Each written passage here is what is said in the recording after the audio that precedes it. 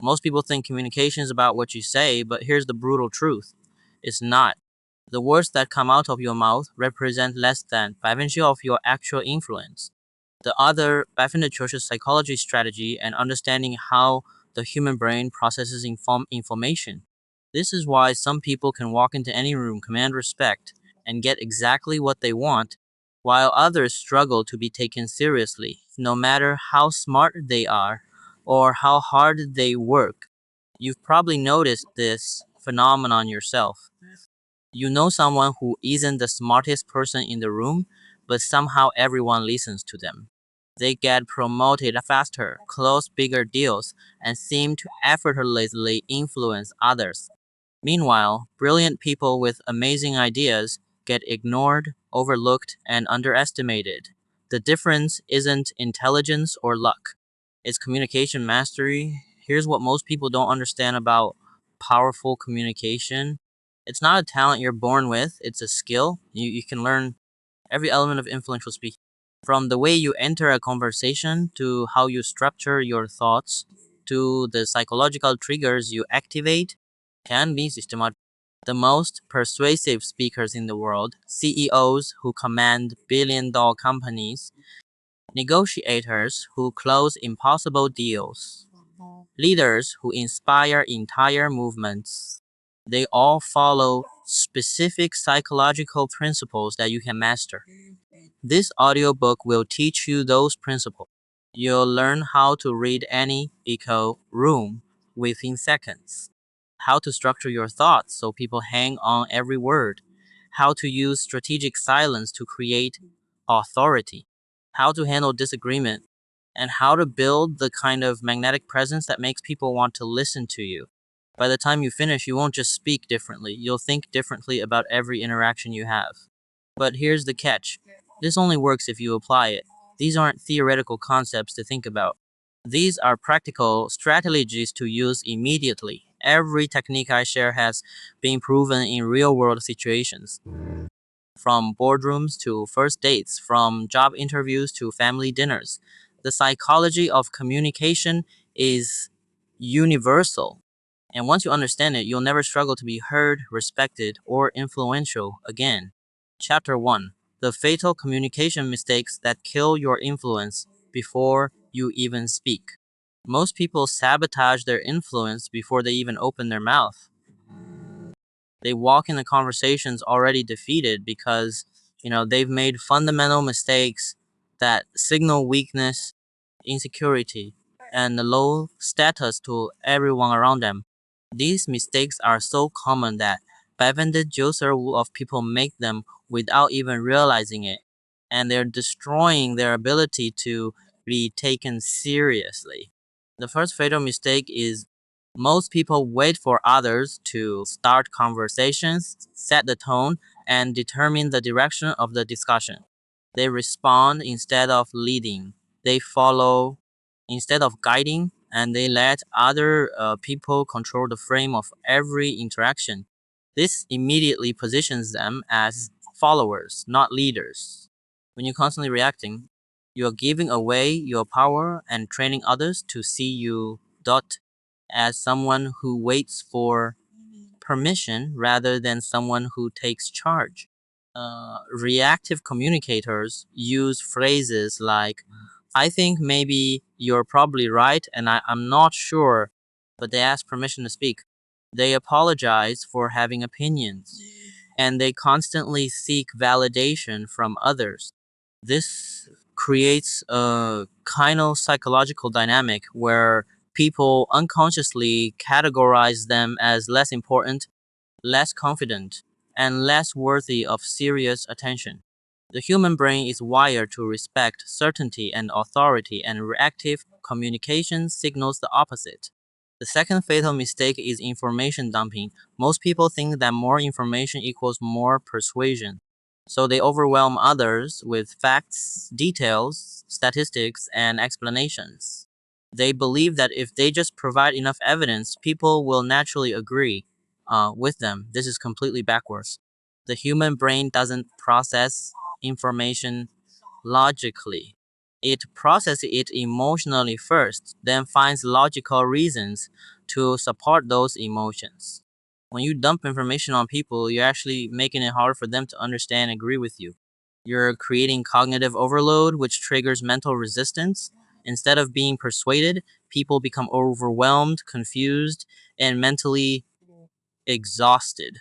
They stop listening not because your information is wrong, but because their brain can't process it effectively. Information dumping also signals that you don't understand your audience's needs, priorities, or attention span. The third fatal mistake is emotional leakage. This happens when your internal emotional state unconsciously affects your communication. If you're nervous, anxious, insecure, or desperate, these emotions leak out through your voice, tone, body language, and word choice, even when you're trying to hide them.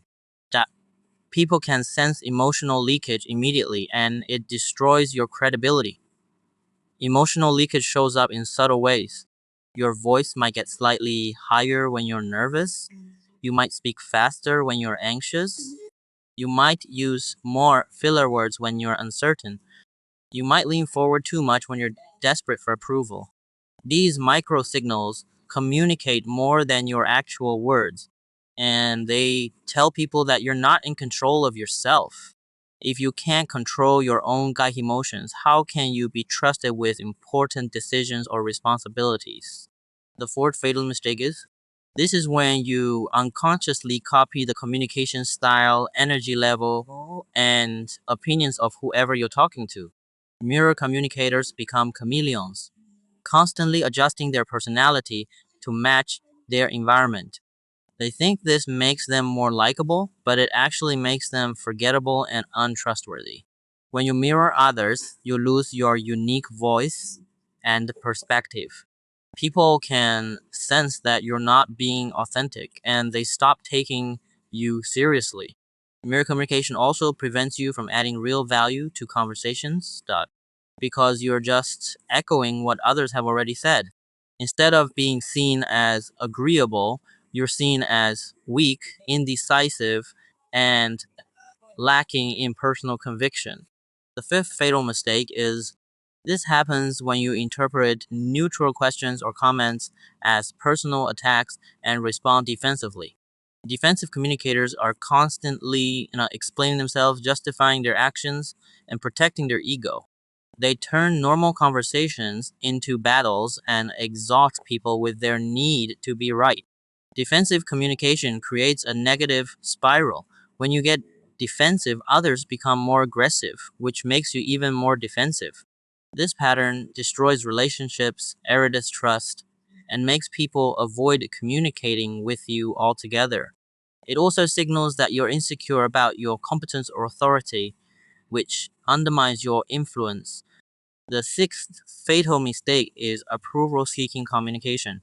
This is when your primary goal in every conversation is to be liked rather than to be respected or effective. Approval seekers constantly monitor other people's reactions and adjust their message based on what they think others want to hear. They avoid disagreement, sacrifice their opinions, and prioritize harmony over truth. Approval seeking communication might seem nice, but it's actually manipulative and weak. When people sense that you're more concerned with being liked than being honest, they lose respect for you. They also stop trusting your opinions because they know you'll tell them what they want to hear rather than what they need to hear. This makes you irrelevant in important conversations and decisions. The seventh fatal mistake is unconscious communication. Most people have never studied how communication actually works, so they wing it and hope for the best. They don't understand how their tone affects perception, how their word choice creates meaning, or how their body language influences our. This is like trying to perform surgery without understanding anatomy. You might get lucky, but you'll probably cause damage. Unconscious communicators repeat the same mistakes over and over because they don't know what they're doing wrong. They blame others for misunderstanding them instead of taking responsibility for unclear communication. They get frustrated when people don't respond the way they want, but they never examine their own role in creating those outcomes. These 7 fatal mistakes are epidemic in modern society, and they're the reason why most people struggle with influence, authority. The good news is that once you become aware of these patterns, you can start changing them immediately. Every conversation becomes an opportunity to practice conscious strategic communication that builds your influence instead of destroying it. Chapter R, The Neuroscience of First Impressions. Why people decide about you in 10 seconds. Your brain makes snap judgments about other people in less than 10 seconds. And those judgments are incredibly difficult to change. This isn't a flaw in human psychology. It's a survival mechanism that evolved over millions of years to help us quickly identify threats, allies, and opportunities. Understanding how these first impressions work gives you enormous power because you can consciously influence them instead of leaving them to chance. The human brain, processes first impressions through multiple channels simultaneously. Your appearance, posture, facial expressions, voice, tone, energy level, and initial words all get processed instantly and unconsciously. Within 10 seconds, people have already decided whether you're competent, confident, trustworthy, high status, or low status, called thin slice John. The brain takes a tiny slice of information and uses it to make broad predictions about your character, abilities, and these predictions are remarkably accurate for basic personality traits. But they're also heavily influenced by unconscious biases and social conditioning. This means you can trigger positive first impressions by understanding what signals the brain is looking for. The first element of powerful first impressions is physical presence. Before you say a single word, people are evaluating your posture, movement, and spatial awareness. Confident people take up appropriate space move with purpose and maintain steady, controlled movements. They don't fidget, rush, or make themselves smaller. Their physical presence communicates that they belong in the space and have every right to be there. Physical presence starts with your posture. Stand or sit with your spine straight, shoulders back, and head level. This isn't about being rigid, it's about being aligned and grounded. When your posture is strong and stable, although it triggers unconscious associations with competence, leadership, and emotional control. When your posture is weak, collapsed, or fidgety, it signals insecurity, nervousness, and low confidence. Your movement patterns also communicate volumes about your internal state. Confident people move deliberately and smoothly. They don't rush unless there's a real urgency, and they don't move slowly unless they're being intentional about creating a specific effect. Their movements have purpose, direction, and control, which signals that they have control over themselves and their environment. The second element is facial expression and eye contact. Your face is the most expressive part of your body, and people read it constantly for emotional information. Confident communicators maintain relaxed, alert facial expressions that show they're engaged but not overly eager. They make appropriate eye contact that shows interest and attention without being aggressive or invasive. Eye contact patterns are particularly important for establishing authority and connection. Strong eye contact signals confidence, honesty, and engagement, but too much becomes aggressive and uncomfortable. The optimal pattern is to maintain eye contact for 3-2 second intervals while speaking and 2-second intervals while listening. This creates a sense of connection without triggering discomfort or dominance battles. Your facial expressions should match your internal emotional state and your intended message. If you're nervous but trying to appear confident, the mismatch will be obvious and undermine your credibility. This is why emotional regulation is so crucial for powerful communication. You need to genuinely feel calm and confident, not just try to fake it. The third element is vocal quality and tone.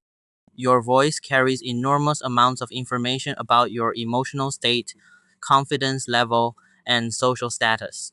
Within seconds of hearing you speak, people make judgments about your competence, authority, and trustworthiness based purely on how you sound. Confident voices have certain characteristics.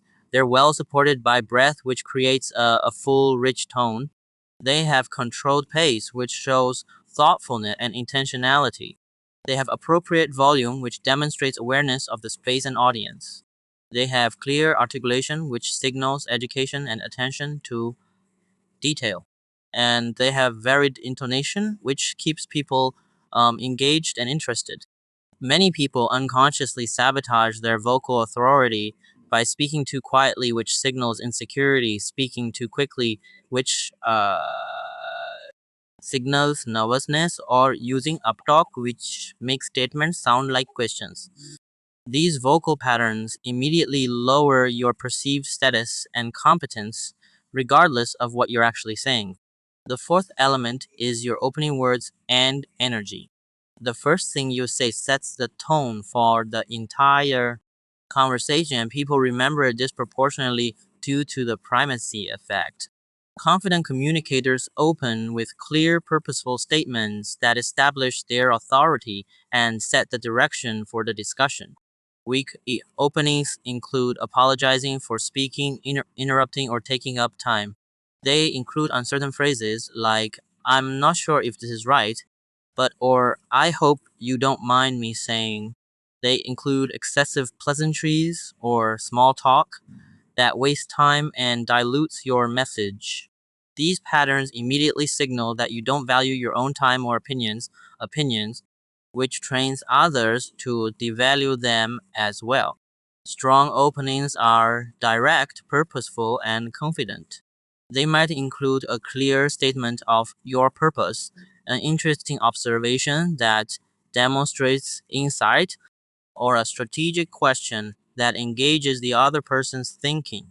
The key is to lead the conversation from the first moment rather than waiting for others to set the direction. The fifth, emotional congruence. This means that your words, emotions, and body language all align and support the same message. When there's incongruence between these channels, people unconsciously sense that something is off and they become less, trusting and less engaged. Emotional congruence requires genuine confidence and emotional regulation. Can't fake it effectively because microexpressions, body language, and vocal qualities leak your true emotional state. This is why developing real confidence and emotional control is so much more effective than trying to use superficial techniques to appear confident. The neuroscience of first impressions reveals that people are constantly evaluating you on multiple levels simultaneously. Lens, they're assessing your competence, your confidence, your trustworthiness, your status, and your intentions, all within the first few seconds of meeting you. By understanding how you can consciously influence them and create powerful, positive first impressions that open doors and create opportunities. Chapter 10, The Authority Matrix. How to command respect without being aggressive. Most people think authority comes from being loud, aggressive, or dominating.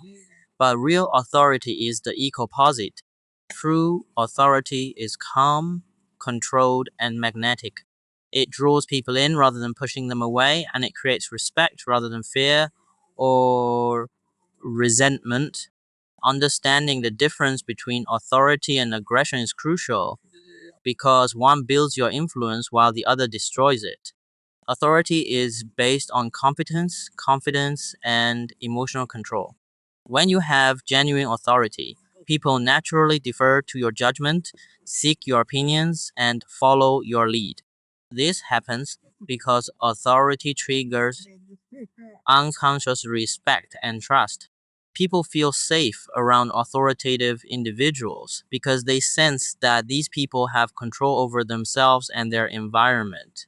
Aggression, on the other hand, is based on force, intimidation, and emotional reactivity. Aggressive people might get temporary compliance, but they don't get genuine respect or willing cooperation. Aggression actually signals weakness because it shows that you need to use force to get what you want rather than earning it through competence and collect. The first element of natural authority is emotional regulation. Authoritative people remain calm and controlled even in stressful situations. They don't get defensive, angry, or flustered when challenged. This emotional stability signals strength, competence, and leadership capability. When others see that you can maintain your composure under pressure, they naturally view you as someone who can handle responsibility and make good decisions. Emotional regulation doesn't mean being emotionless or robotic. It, means being able to choose your emotional responses rather than being controlled by them. Authoritative people feel emotions, but they process them internally before responding. This allows them to respond strategically rather than reactively, which leads to better outcomes and increased respect. The second element is this means having well thought out opinions based on solid reasoning and being able to articulate them clearly and persuasively. Intellectual confidence shows up in how you present, ideas, defend positions, and engage with opposing viewpoints. You're not afraid of intellectual challenges because you've done the work to develop informed perspectives. Intellectual confidence is different from arrogance. Arrogant people think they know everything and dismiss other viewpoints without consideration. Intellectually confident people know what they know and acknowledge what they don't know. They're open to learning and changing their minds when presented with better information, but they don't waver on principles they've carefully considered. The third element is purposeful communication. Authoritative people communicate with clear intention behind every word. They don't speak just to fill silence or to be polite. When they contribute to conversations, they add genuine value through insights, questions, or information that moves the discussion forward. This purposefulness makes others pay attention because they know that when you speak, it's worth listening to. Purposeful communication, also means being selective about when you speak. Authoritative people don't feel compelled to comment on everything or to prove their intelligence in every conversation. They speak when they have something meaningful to contribute and remain silent when they don't. This selectivity makes their words carry more weight when they do choose to speak. The fourth element is boundary setting. Authority requires clear boundaries about what you will and won't accept in terms of behavior, treatment, and communication. These boundaries aren't aggressive or punitive. They're simply clear statements about your standards and expectations. When people know where your boundaries are, they're more likely to respect them and you. Setting boundaries effectively requires calm consistency. You don't need to get angry or aggressive to enforce boundaries. You just need to be clear about consequences and follow through consistently. When someone crosses a boundary, you address it directly and matter effectively without drama or emotional escalation. This shows that you take yourself seriously and expect others to do the same. The fifth element is competence demonstration. Real authority is ultimately based on proven ability to get results. People respect you when they see evidence that you know what you're doing and can deliver on your promises. This competence can be demonstrated through past achievements, current performance, or clear expertise in relevant areas. Competence demonstration isn't about, bragging or showing off. It's about quietly and consistently proving your value through your actions and results. When people see that you consistently deliver high quality work, meet deadlines, solve problems, and add value, they naturally begin to defer to your judgment and seek your input. The sixth element is strategy. This might seem counterintuitive, but showing appropriate vulnerability actually strengthens authority rather than weakening it. Strategic vulnerability means being honest about limitations, acknowledging mistakes, and asking for help when needed. This shows confidence and emotional maturity rather than weakness. The key is that the vulnerability must be strategic and appropriate. Sharing every insecurity, doubt, or personal problem undermines authority. But acknowledging specific limitations or mistakes while taking responsibility for them actually increases trust and respect. It shows that you're honest, self-aware, and focused on results rather than protecting your ego. The seventh calibration. Authoritative people understand social dynamics and adjust their communication style to fit the situation without compromising their core principles.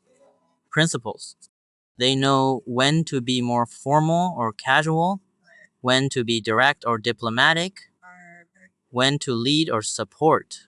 This social intelligence allows them to maintain authority across different contexts and relationships.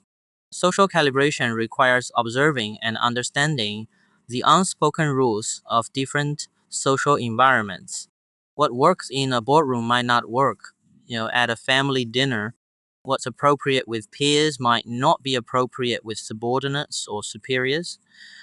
Authoritative people navigate these differences skillfully while maintaining their authentic personality and values.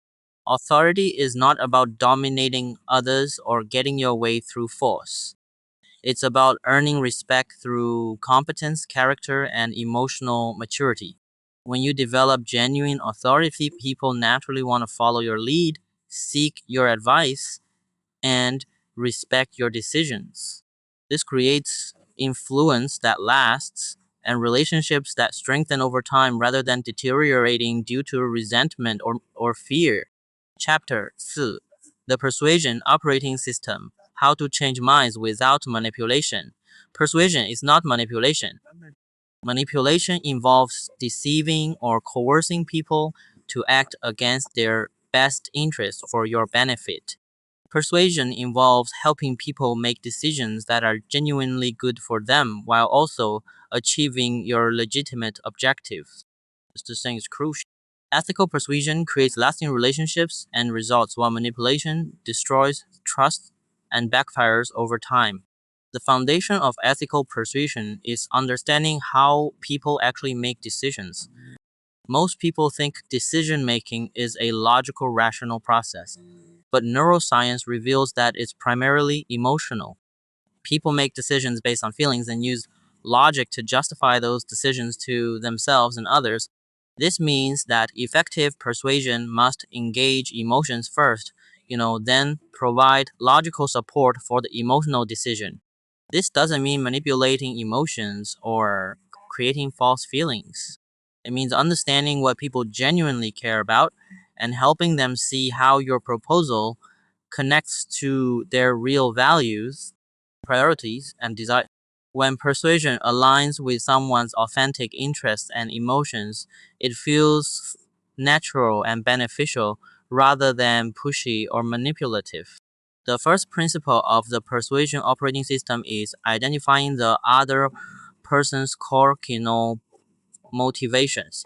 Everyone has primary drivers that guide their decisions.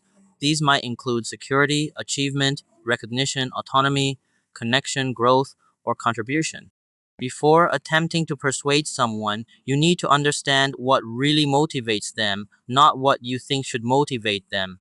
You can identify motivations through careful observations and strategic questions. What topics make them light up with enthusiasm?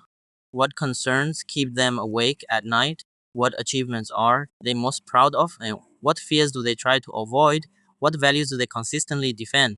Understanding these deeper motivations allows you to frame your proposals in ways that genuinely resonate with their priorities. The second principle is establishing genuine rapport and trust. People are only persuaded by people they like, trust, and respect. This rapport can't be faked through superficial techniques like mirroring body language or using someone's name repeatedly. Real rapport comes from authentic interest in the killer, the person, demonstrated competence, and consistent reliability. Building rapport requires shifting your focus from what you want to get to what you can give. When you genuinely care about helping someone solve their problems or achieve their goals, They sense its authenticity and become more open to your influence. This doesn't mean being selfless. It means finding genuine alignment between your interests and theirs. The third principle is strategic storytelling. Facts tell, but stories sell. Because stories engage emotions, create vivid mental pictures, and make abstract concepts concrete and memorable. Instead of presenting dry information or logical arguments, you embed your key points in compelling narratives that help people visualize and feel the benefits of your proposal. Effective persuasion stories have specific elements. They feature relatable characters facing similar challenges to your audience. They include specific sensory details that make the story vivid and memorable. They show clear cause and effect relationships between actions and outcomes.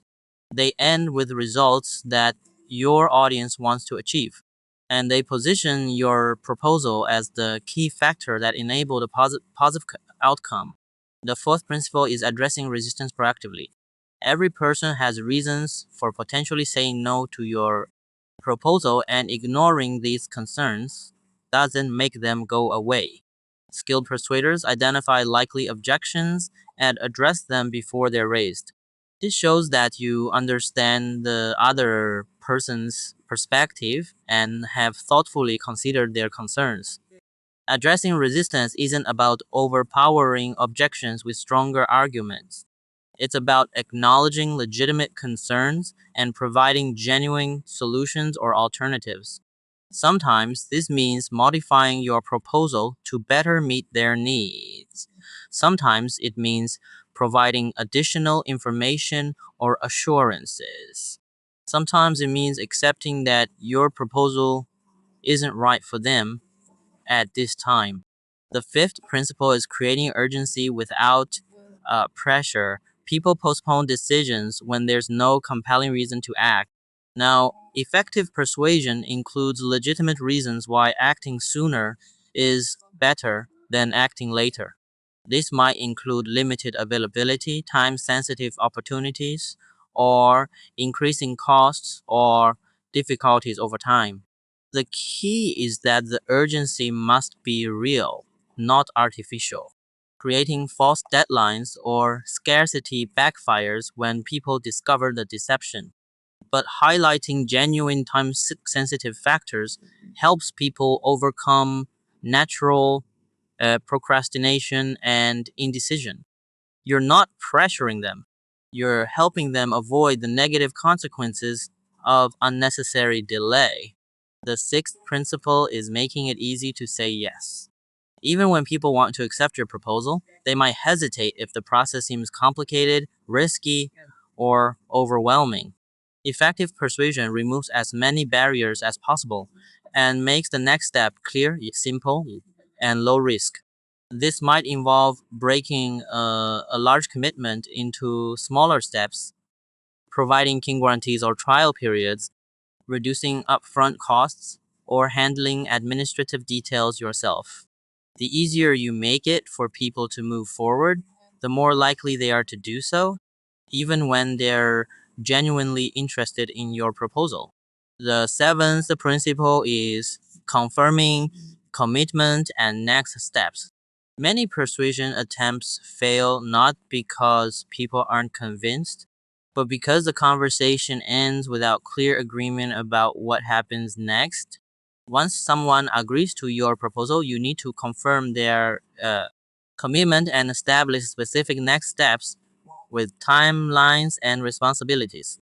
This confirmation serves multiple purposes. It ensures that you both understand what was agreed to.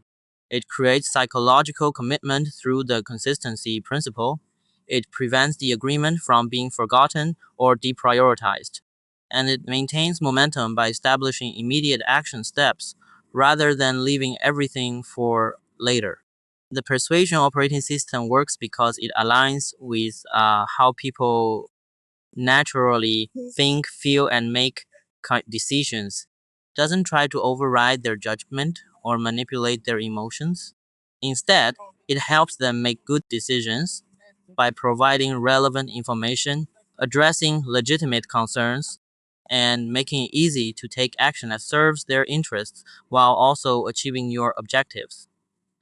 Chapter 1: Strategic Silence: The Power of What You Don't Say. Most people are afraid of silence in conversations.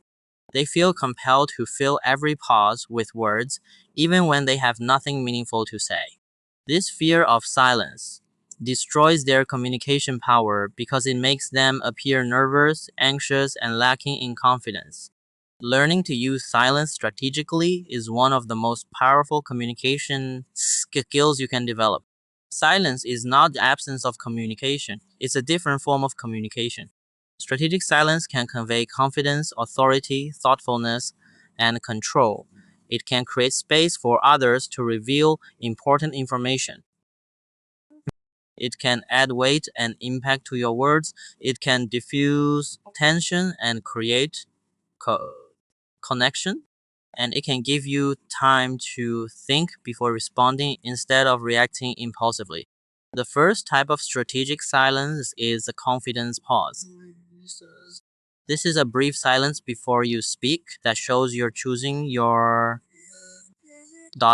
words carefully rather than blurting out the first thing that comes to mind. Confident people are comfortable with this pause because they're not desperate to prove themselves or fill every moment with chatter.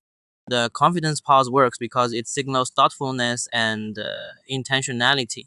When you pause before speaking, people unconsciously assume that what you're about to say is worth waiting for. This makes them pay closer attention to your words and gives your message more impact. It also gives you time to organize your thoughts and choose the most effective way to communicate your point. Versus pause. This is a strategic silence after making an important point that allows it to sink in before moving on. Most people rush from point to point without giving their audience time to process important information. The emphasis pause ensures that your key messages are absorbed, and remembered rather than lost in a stream of continuous talking. Emphasis pauses are particularly powerful after making bold statements, asking important questions, or delivering surprising information. The silence creates mental space for the other person to consider what you've said rather than immediately thinking about their response. This increases the likelihood that your message will influence their thinking and decision making. The fifth type is silence. This is a longer pause that creates space for the other person to contribute to the conversation. Many people monopolize conversations by talking continuously, which prevents them from learning important information about the other person's thoughts, feelings, and motivations.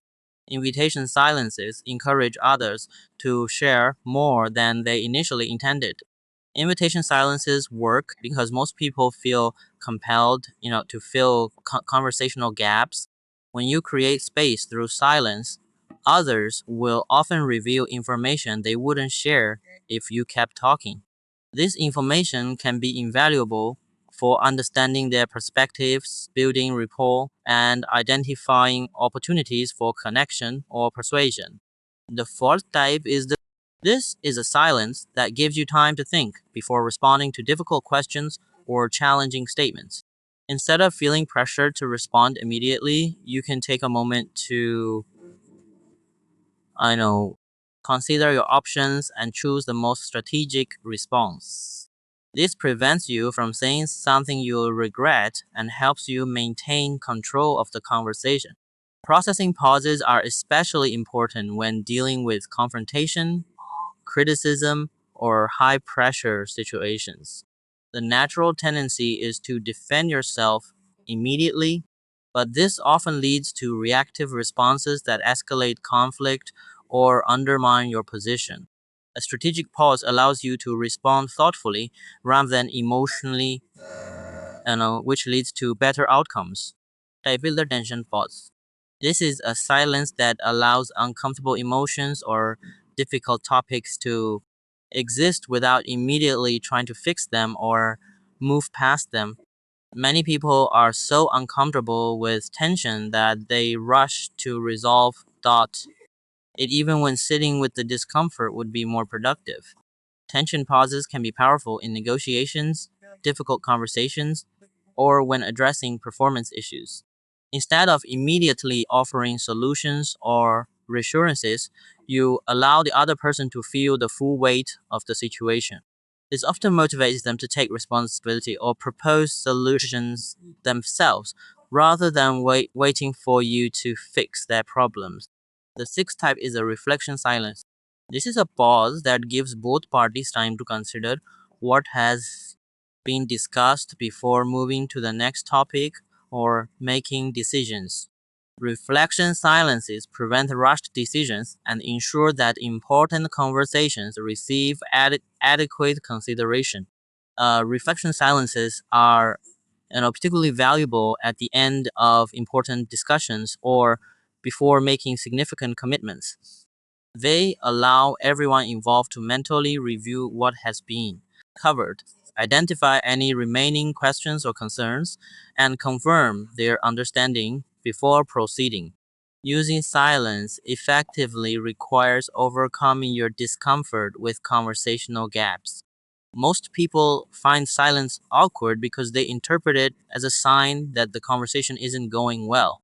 But strategic silence actually improves conversation quality, by creating space for deeper thinking, more genuine sharing, and more thoughtful responses. The key to comfortable silence is shifting your mindset from feeling responsible for constant entertainment to being confident in your presence. You don't need to fill every moment with words to add value to a conversation. Sometimes the most valuable thing you can contribute is attentive listening and thoughtful pauses that encourage others to share more deeply. Practicing strategic silence also requires paying, attention to your own emotional state. If you are anxious, nervous, or insecure, you'll feel more pressure to fill silence with chatter. But if you're calm, confident, and centered, you'll be comfortable with conversational pauses and able to use them strategically. The power of silence lies in its rarity. In a world where most people talk too much and listen too little, those who master strategic silence stand out as unusually thoughtful, confident, and compelling communicators. They're remembered not just for what they say, but for how they make others feel heard, understood, and respected through their attentive listening and strategic pauses. Chapter Luke, the social calibration code, reading rooms, and adapting your communication style. The most sophisticated communicators possess an almost supernatural ability to read social situations and adapt their communication style accordingly. They seem to know exactly what to say, how to say it, and when to remain silent in any environment. This isn't magic or natural talent. It's a learnable skill called social calibration. And it's the difference between being effective in one context versus being powerful in every context. Social calibration is the ability to accurately assess the unwritten rules of any social environment and adjust your communication to work within those rules while still achieving your objectives. Every social situation has invisible dynamics, power structures, cultural norms, and emotional undercurrents that determine what kind of communication will be effective and what will backfire. Most people fail at social calibration because they use the same communication approach in every situation. They speak to their boss the same way they speak to their friends. They use the same tone in formal meetings that they use in casual conversations.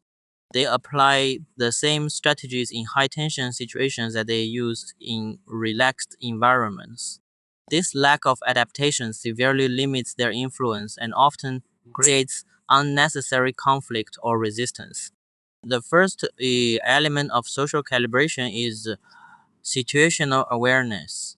Before you open your mouth, you need to assess the environment you're entering. What is the formal hierarchy and who holds decision making power? What is the emotional climate? And are people stressed, relaxed, anxious, or excited? What are the cultural norms? And what behaviors are expected versus prohibited? What is the time pressure and how much depth versus efficiency is required? Situational awareness requires observing multiple channels simultaneously. Lamped, you're reading body language, listening to tone patterns, noting who speaks and who remains silent, watching how people position themselves physically, and identifying who others defer to or seek approval from. This information tells you how to position yourself and what communication style will be most effective.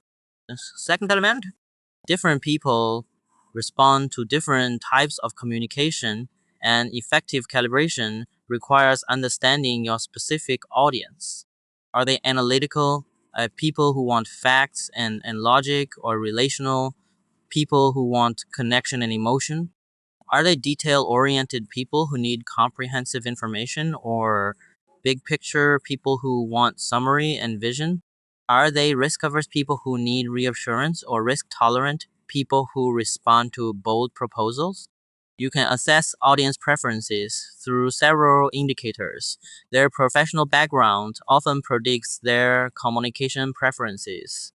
Engineers and analysts typically prefer logical, structured presentations, while sales and marketing people often respond better to emotional storytelling. Their questions reveal whether they think in details or concepts, whether they focus on problems or opportunities.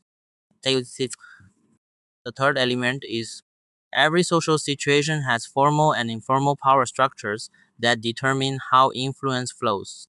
Formal power comes from titles, positions, and official authority. Informal power comes from relationships, expertise, social status, and personal charisma. Effective communication requires understanding both types of power and adapting your approach accordingly. When communicating with people who have higher formal power, you typically need to be more structured, respectful, and results focused. You should prepare thoroughly, present information clearly, and respect their time constraints. When communicating with people who have informal power, you might need to be more relational, collaborative, and patient in building consensus. SMD, understanding power dynamics, also helps you avoid accidentally threatening or undermining powerful people. Some communication styles that work well with peers can backfire with superiors if they seem disrespectful or presumptuous. Other styles that work with subordinates can appear weak or indecisive with peers or superiors. The fourth element is cultural competence. Every organization, industry, and social group has unique cultural norms that affect communication effectiveness. These cultures determine what topics are safe versus dangerous, what communication styles are respected versus rejected, and what behaviors. Corporate cultures vary dramatically in their communication preferences. Some value direct confrontational debate, while others prioritize harmony and consensus. Some reward bold risk taking, while others punish any deviation from established procedures. Some encourage informal casual interaction, while others maintain strict professional boundaries. Misreading these cultural signals can destroy your credibility and influence. Cultural competence requires observing how successful people in that environment communicate and modeling their effective patterns while avoiding their mistakes. You're looking for the unwritten rules that determine who gets promoted, who gets listened to, and who gets marginalized based on their communication style. The fifth element is every social situation has an emotional tone that affects how people receive and process communication. High stress environments require different approaches than relaxed environments. Celebratory situations call for different energy than problem solving situations. Crisis moments demand different strategies than routine interactions. Emotional calibration means matching your energy and tone to the situational requirements while still maintaining your authentic personality. If everyone is stressed and urgent, you can't be slow and casual without appearing disconnected. If everyone is formal and serious, you can't be playful and irreverent without seeming inappropriate. But you also can't completely suppress your personality or you'll appear fake and untrustworthy. The sixth element is strategic flexibility. Social calibration isn't about becoming a chameleon who has no consistent identity. It's about being strategically flexible in your communication approach while maintaining your core values and objectives. You're adapting your methods, not your principles, your style, not your substance, your presentation, not your purpose. Strategic flexibility requires having multiple communication approaches in your repertoire. You need to be able to communicate analytically when the situation requires logic, emotionally when connection is needed, assertively when leadership is required, and collaboratively when consensus building is important. This range allows you to be effective across diverse situations and relationships. The seventh element is real-time adjustment. Social calibration isn't just about reading a situation correctly at the beginning. It's about continuously monitoring feedback and adjusting your approach as the situation evolves. People's moods change, power dynamics shift, and new information emerges that requires communication strategy modifications. Real-time adjustment requires paying attention to microfeedback signals. Are people leaning in or leaning back? Are they asking questions or remaining silent? Are they making eye contact or looking away? Are they nodding in agreement or showing signs of confusion or disagreement? This feedback tells you whether your current approach is working or needs modification. Effective real-time adjustment also requires having the emotional flexibility to change course without losing confidence or composure. Many people get locked into communication approaches even when they're clearly not working because changing feels like admitting failure. But strategic adaptation is a sign of social intelligence, not weakness.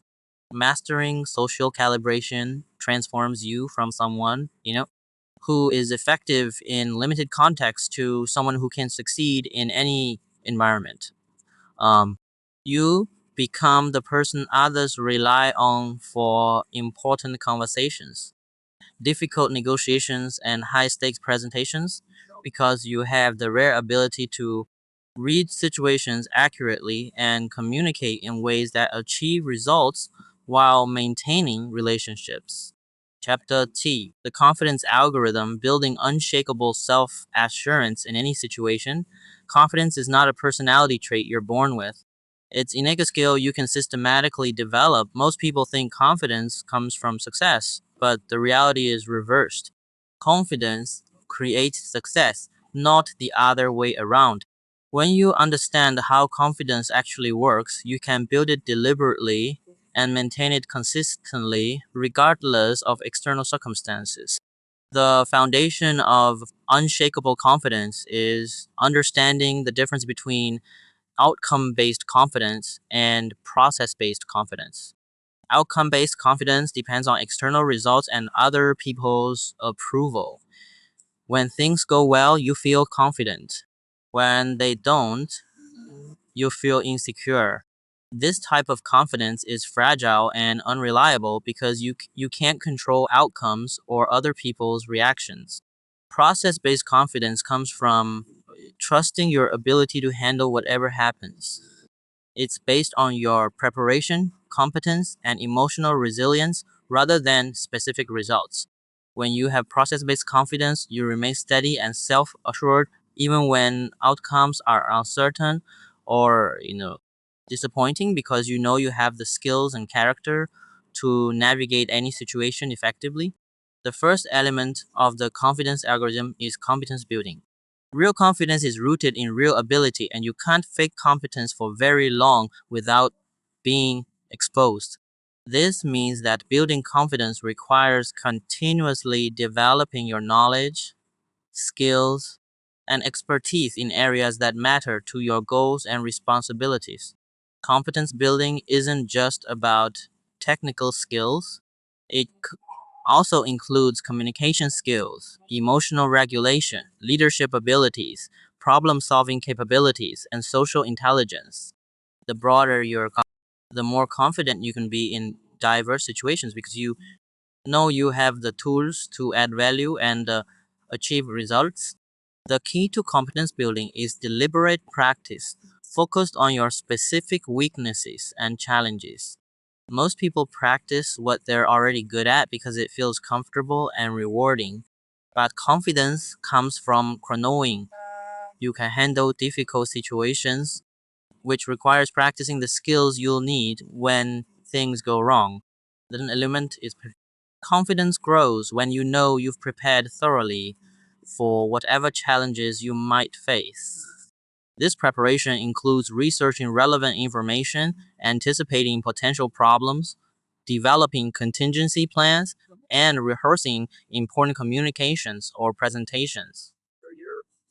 Preparation mastery goes beyond the surface level planning to include mental and emotional preparation. You visualize successful outcomes, but also prepare mentally for potential setbacks or difficulties. You practice staying calm and focused under pressure. You develop quick decision-making processes for unexpected situations. This comprehensive preparation gives you confidence that you can handle anything that comes up. The third element is evidence accumulation. Your brain builds confidence by accumulating evidence that you can succeed in challenging situations. Lens, every time you handle a difficult conversation, navigate a complex problem, or achieve a meaningful goal, you add to your evidence bank of personal competence. Most people don't pay attention to their successes and accomplishments, so they don't get the confidence benefits from their achievements. They focus on failures and problems while dismissing or minimizing their successes. Building confidence requires deliberately noting and remembering evidence of your capabilities and achievements. You can, accelerate evidence accumulation by setting progressive challenges that stretch your abilities without overwhelming them. Start with situations that are slightly outside your comfort zone and gradually increase the difficulty as your confidence grows. Each success builds evidence that you can handle increasingly challenging situations. The fourth element is self-talk optimization.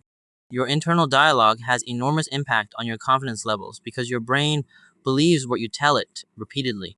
Most people have negative self-talk patterns that undermine their confidence through constant self-criticism, doubt, and catastrophic thinking.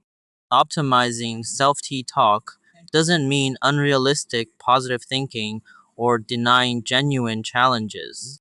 It means developing accurate, realistic self-assessment that acknowledges both your strengths and areas for improvement without being unnecessarily harsh or defaced. You speak to yourself the way you would speak to a valued colleague, objective, supportive, and constructive. Effective self-teen talk focuses on process rather than outcome, on effort rather than ability, and on learning rather than proving. Instead of telling yourself you have to be perfect, you remind yourself that you're capable of handling challenges and learning from mistakes. Instead of fearing failure, you frame difficulties as opportunities to demonstrate resilience and problem-solving skills. The fifth element is posture and physiology management. Your physical state directly affects your emotional and mental state, through the mind-body connection. When you maintain confident posture, move with purpose, and control your breathing, you actually feel more confident, not just appear more confident. Confident physiology includes standing or sitting with proper alignment, moving deliberately rather than frantically making appropriate eye contact, and using controlled gestures that support your communication. These physical practices don't just project confidence to others. They generate genuine feelings of confidence within yourself. Breathing patterns are particularly important for confidence management. Shallow, rapid breathing triggers anxiety and nervousness, while deep, controlled breathing promotes calm confidence. Learning to regulate your breathing gives you a powerful tool for managing your emotional state in any situation. The sixth element is confidence grows through experience with challenging situations, and you can build that experience by staying in your comfort zone. This requires deliberately seeking out situations that stretch your abilities and force you to develop new skills and capabilities.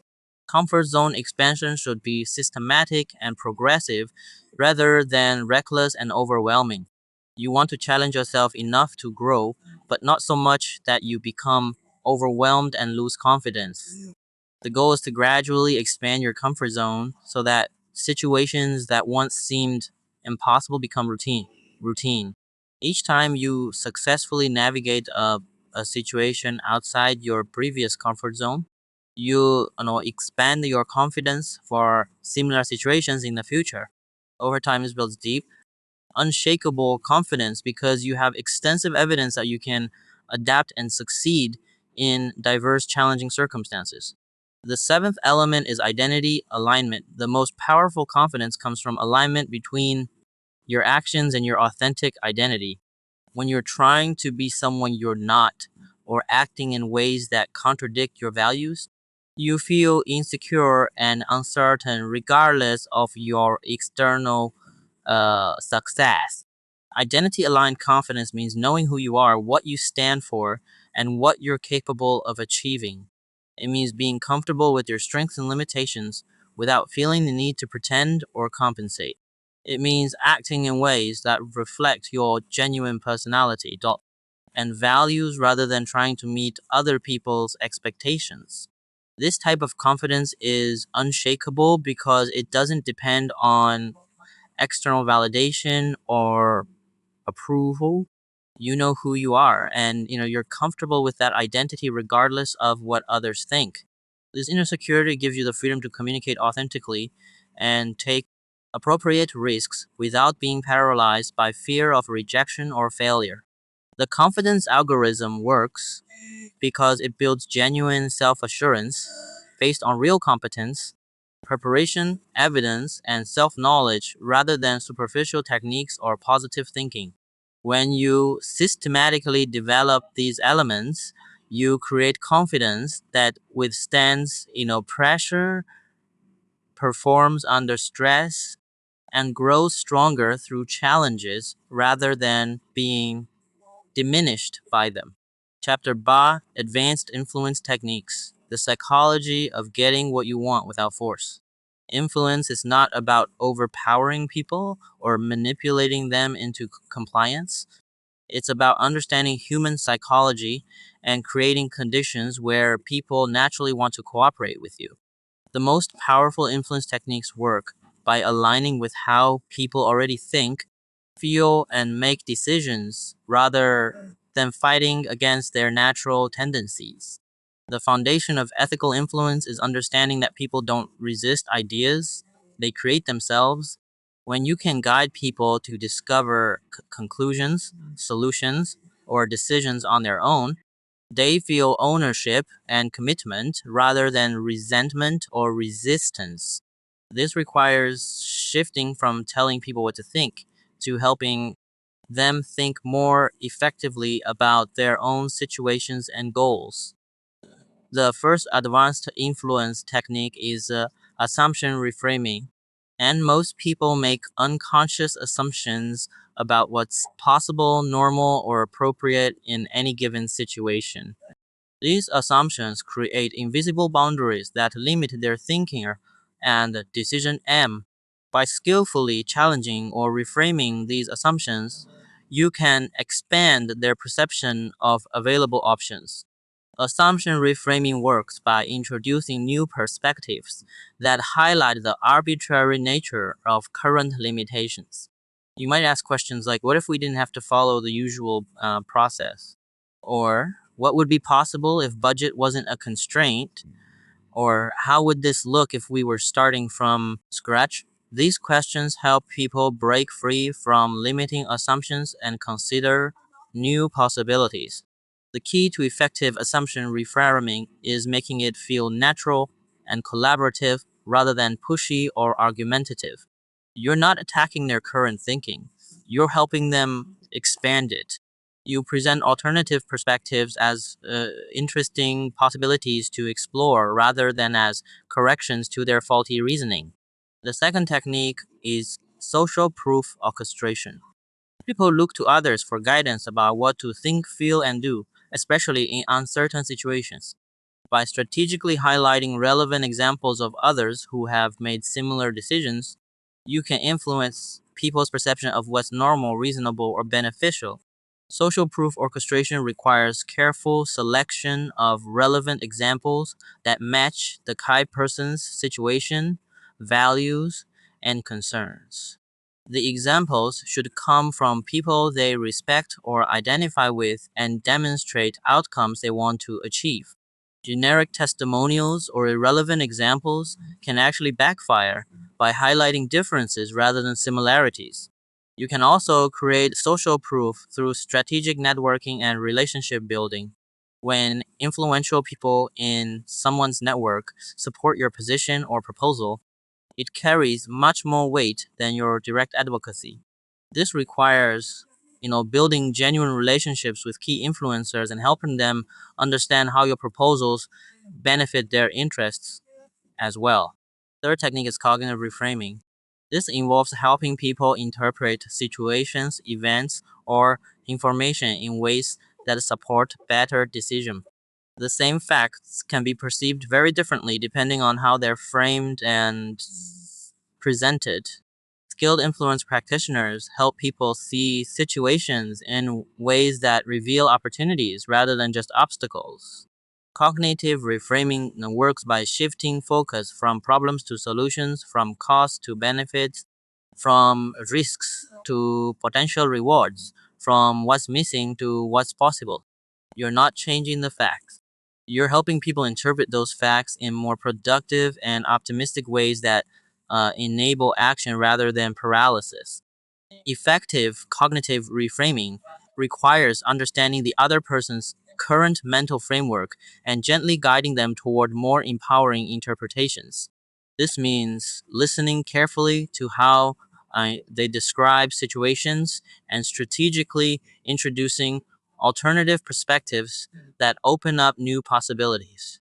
The fourth technique is reciprocity activation. People feel psychologically obligated to return favors and reciprocate kindness. This principle can be used ethically by providing genuine value before asking for anything in return. When you help people solve problems, achieve goals, or gain insights, they naturally want to cooperate with your requests. Reciprocity activation works best when the value you provide is unexpected, personalized, and clearly beneficial to the recipient. It should feel like a genuine gift rather than an obvious manipulation tactic. The goal is to create positive feelings and goodwill that naturally lead to cooperation rather than obligation that feels manipulative. You can activate reciprocity through providing useful information, making valuable introductions, offering practical assistance, sharing relevant expertise, or simply giving genuine recognition and appreciation. The key is that your giving should be authentic and focused on their needs rather than obviously designed to create obligation. The fifth technique is people have a strong psychological need to remain consistent with their previous statements, decisions, and public commitments. Once someone takes a position or makes a commitment, they feel internal pressure to act in ways that support that position, even when consistency leveraging involves helping people connect your proposals to commitments, values, or positions they've already established. If someone has publicly committed to improving customer service, you can frame your proposal as a way to fulfill that commitment. If they've stated certain values, you can show how your request aligns with those values. The key to ethical consistency leveraging is ensuring that the connections you highlight are genuine and beneficial rather than superficial or manipulative. You're helping people, see how your proposal supports their authentic commitments and values, not tricking them into compliance through artificial consistency pressure. The sixth technique is scarcity and urgency creation. People value things more when they perceive them as rare, limited, or time sensitive. This principle can be used ethically when a scarcity or urgency is genuine and relevant to the person's goals.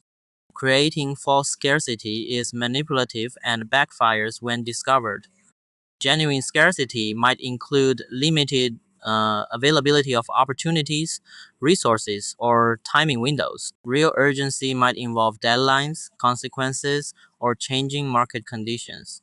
The key is to help people understand actual time sensitivity rather than creating artificial pressure through fake deadlines or false limitations. When highlighting scarcity, you should also provide clear information about why the limitation exists and what the consequences of delay might be. This helps people make informed decisions rather than feeling pressured into hasty choices they might regret later. The seventh technique is emotional alignment. People make decisions based on emotions, then justify them with logic. Effective influence requires connecting with people's genuine emotions and helping them see how your proposal satisfies their emotional needs and desires, not just their logical requirements. Emotional alignment means understanding what people really care about at a deeper level than their stated rational preferences. What are their fears, hopes, ambitions, and values? How do they want to feel about themselves and their decisions? What emotional outcomes are they trying to achieve or avoid? Once you understand someone's emotions, you can frame your communication in ways that connect with those feelings while still providing solid logical support. You're not manipulating emotion. You're helping people see how your proposal aligns with what they genuinely care about most deeply. These advanced influence techniques work because they align with natural human psychology rather than fighting against it. They help people make better decisions that serve their interests while also achieving your legitimate objectives. When used ethically, they create win-win outcomes that strengthen relationships and build long-term cooperation and trust. Chapter 9. Crisis Communication. How to stay powerful when everything goes wrong. Crisis situations reveal who has real communication power and who just appears confident when things are easy. When pressure mounts and emotions run high and stakes become critical, most people's communication skills collapse. They become reactive, defensive, scattered, or paralyzed. But masters of crisis communication actually become more powerful and influential during difficult times because they know how to maintain composure, clarity, and leadership when others lose control. Crisis communication is not about having all the answers or preventing all problems. It's about maintaining your effectiveness and influence when facing unexpected challenges, uncertainty, and high-stakes pressure. The people who master this skill become the ones others turn to when things go wrong, which creates enormous opportunities for leadership and advancement. The first principle of crisis communication is emotional regulation under pressure. When crisis hits, your first responsibility is managing your own emotional state because your emotions will either stabilize or destabilize everyone around you. People look to leaders for emotional cues about how serious the situation is and how they should respond.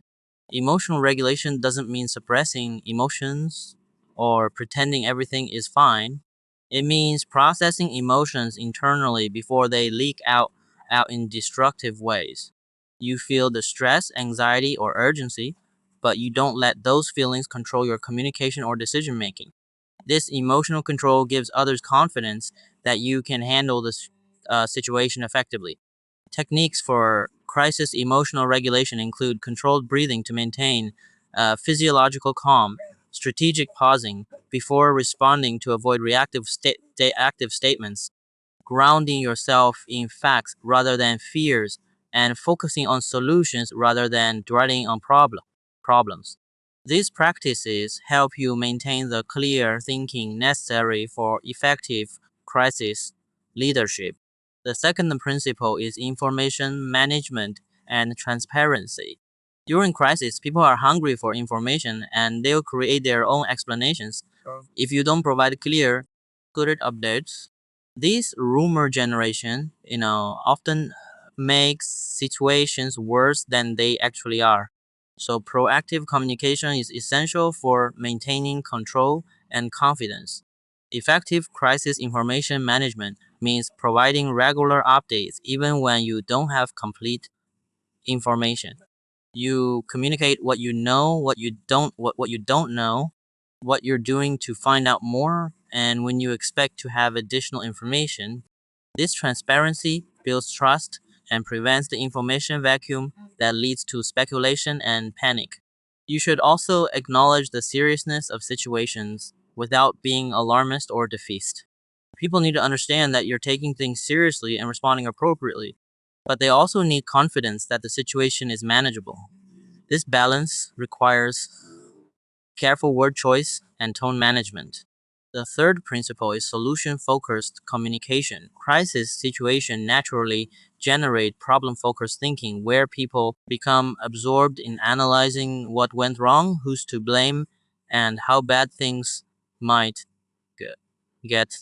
While some problem analysis is necessary, effective crisis communication quickly shifts focus to solution development and action planning. Solution-focused communication means acknowledging problems without dwelling on them, redirecting energy toward constructive action, and maintaining optimism about finding workable solutions. You ask questions like, what can we do now to improve this situation? What resources do we have available? And what would success look like given our current constraints? This approach doesn't mean ignoring real problems or being unrealistically positive. It means channeling mental and emotional energy toward productive problem solving rather than getting dot stuck in circular problem analysis or blame assignment that doesn't improve outcomes. The fourth principle is stakeholder specific messaging. Different groups of people affected by a crisis have different concerns, information needs, and decision making authority. Effective crisis communication involves tailoring your message, content, timing, and delivery uh, method to each stakeholder group's specific situation and requirements. Internal team members need detailed information about immediate action steps, role clarifications, and resource availability. Senior leadership needs strategic perspective, impact assessment, and recommendation options.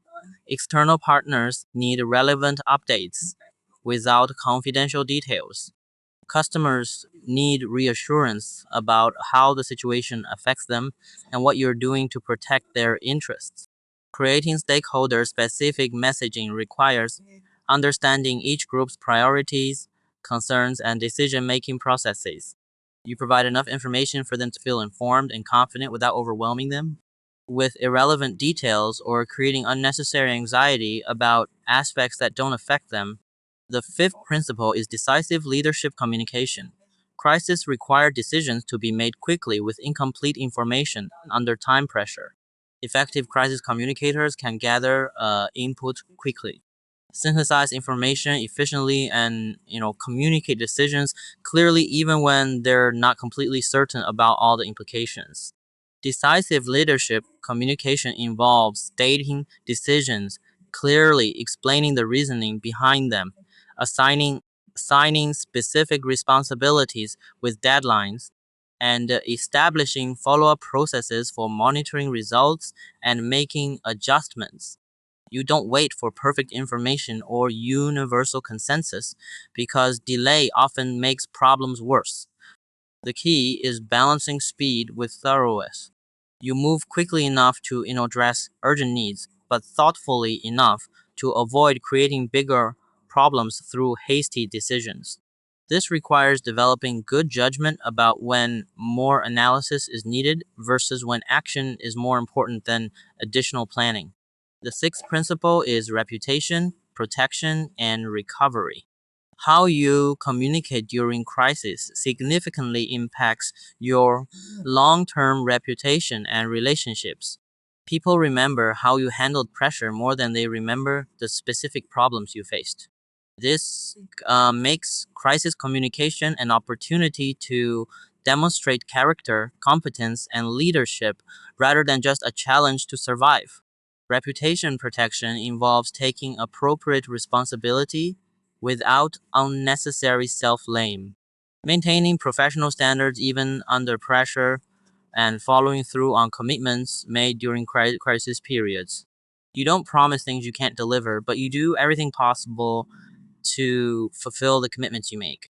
Recovery communication focuses on learning from the crisis, improving systems and processes to prevent similar problems, and demonstrating that you've grown stronger and more capable as a result of handling the challenge. This positions crises as growth opportunities rather than just problems to overcome. The seventh principle is relationship strengthening through adversity. Crisis situations can either damage relationships through poor communication or strengthen them through effective crisis management. When you handle crisis well, people develop deeper trust, and respect for your leadership capabilities and character. Relationship strengthening happens when you maintain clear communication, keep commitments made under pressure, show genuine concern for others' welfare, and follow through on promises to improve situations.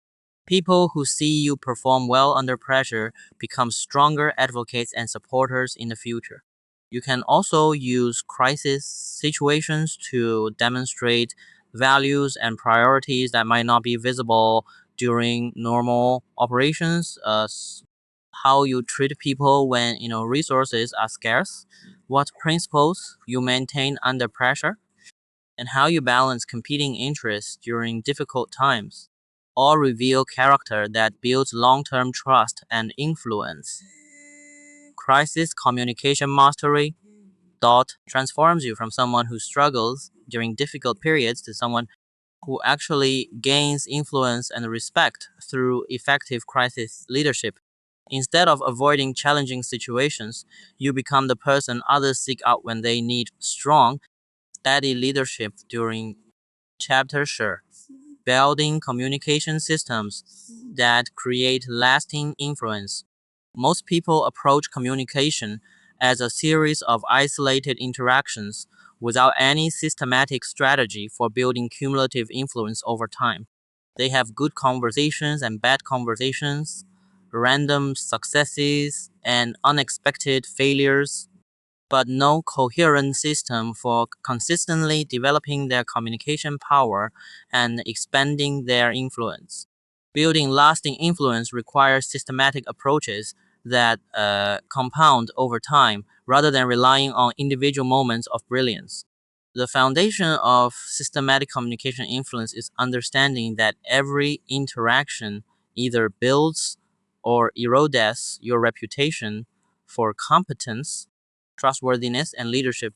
People form impressions about your communication abilities based on patterns they observe over time, not just single conversations.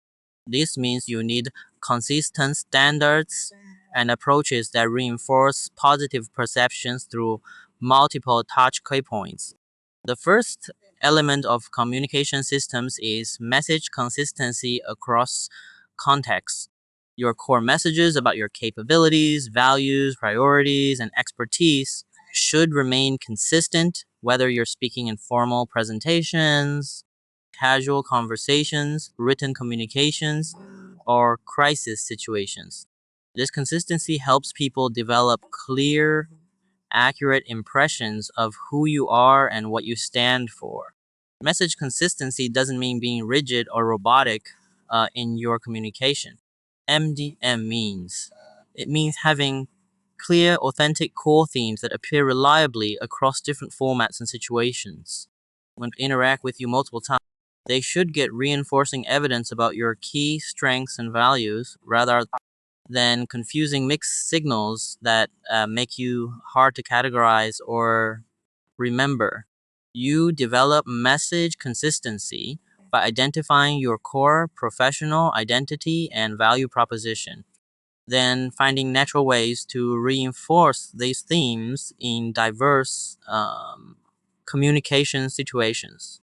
This requires preparation and practice, but becomes more natural over time as you develop communication habits that automatically reinforce your desired reputation. The second element is relationship mapping and strategic networking. Influence flows through relationships, and building systematic influence requires understanding your relationship ecosystem and developing strategic approaches for strengthening key connections over time. This means identifying who influences whom in your professional environment and building, authentic relationships with those key connectors. Relationship mapping involves analyzing formal and informal power structures, identifying decision makers and influencers, understanding relationship dynamics between key players, and recognizing opportunities for adding value to important relationships. This analysis helps you prioritize relationship building efforts and develop appropriate strategies for different types of connections. Strategic networking goes beyond collecting contacts to focus on creating, genuine mutual value with people who can expand your influence and opportunities.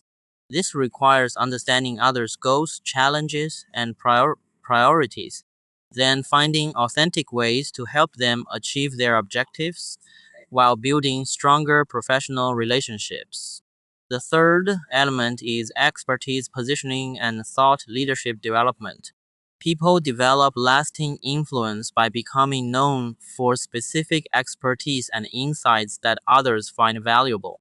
This requires consistently developing your knowledge and capabilities in chosen areas, then systematically sharing those insights through multiple communication channels. Expertise positioning involves identifying areas where you can develop distinctive competence, then consistently communicating insights and perspectives that demonstrate that expertise. This might include industry knowledge, technical skills, problem-solving approaches, leadership philosophies, or relationship building capabilities that others recognize as valuable.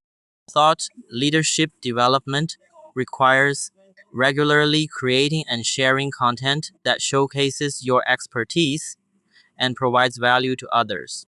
This might include presentations, articles, social media posts, internal reports, strategic recommendations, or informal mentoring that helps others learn from your knowledge and experience. The fourth element is feedback systems and continuous improvement. Systematic influence building requires regular feedback about your communication effectiveness and consistent efforts to improve your keynote skills and approaches. Most people receive very little direct feedback about their communication and therefore miss opportunities to enhance their effective feedback systems include seeking input from trusted colleagues and mentors, tracking outcomes from important communications, observing others' responses and reactions to your messages, and regularly assessing your progress toward influence and relationship goals. This feedback helps you identify what's working well and what needs adjustment. Continuous improvement means treating communication as a skill that can always be enhanced rather than a fixed ability. You study effective communicators, analyze successful interactions, practice new techniques, and experiment with different approaches to expand your communication repertoire and effectiveness. The fifth element is platform development and visibility creation. Lasting influence requires that people know about your capabilities and expertise, which means systematically creating visibility for your ideas, contributions, and achievements. This involves identifying appropriate platforms and opportunities to showcase your communication skills and thought leadership. Platform development might include volunteering for high visibility projects, seeking speaking opportunities, writing for company publications, participating in industry events, joining professional organizations, or taking leadership roles in important initiatives. These platforms give you opportunities to demonstrate your communication capabilities to broader audiences. Visibility creation also requires documenting and sharing your achievements and insights, rather than assuming that good work will automatically be recognized. This means strategically communicating about your successes, helping others understand your contributions, and creating tangible evidence of your expertise and impact. The sixth element is succession planning and mentorship systems. Lasting influence involves developing others who can extend and amplify your impact over time. By mentoring and developing other effective communicators, you create a network of people who understand and support your approaches and can advocate for your ideas even when you're not present. Mentorship systems involve identifying high potential individuals who can benefit from your guidance, then systematically helping them develop their communication skills and advance their careers.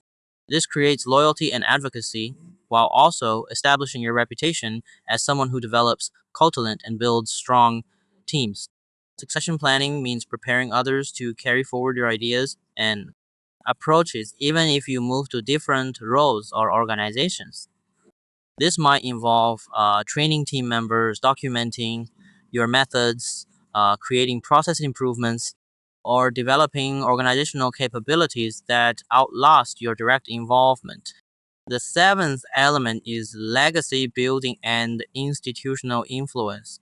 The highest level of communication influence involves creating changes in how organizations or industries think and operate. This requires developing approaches that become embedded in systems, processes, and cultures rather than just influencing individual decisions or relationships. Legacy building involves identifying opportunities to improve how communication happens within your organization or industry, then developing and implementing systematic improvements that benefit multiple people over extended periods. This might include training programs, communication standards, process improvements, or cultural changes that enhance effectiveness. Institutional influence means becoming someone whose ideas and approaches shape how others think about communication, leadership, or problem solving.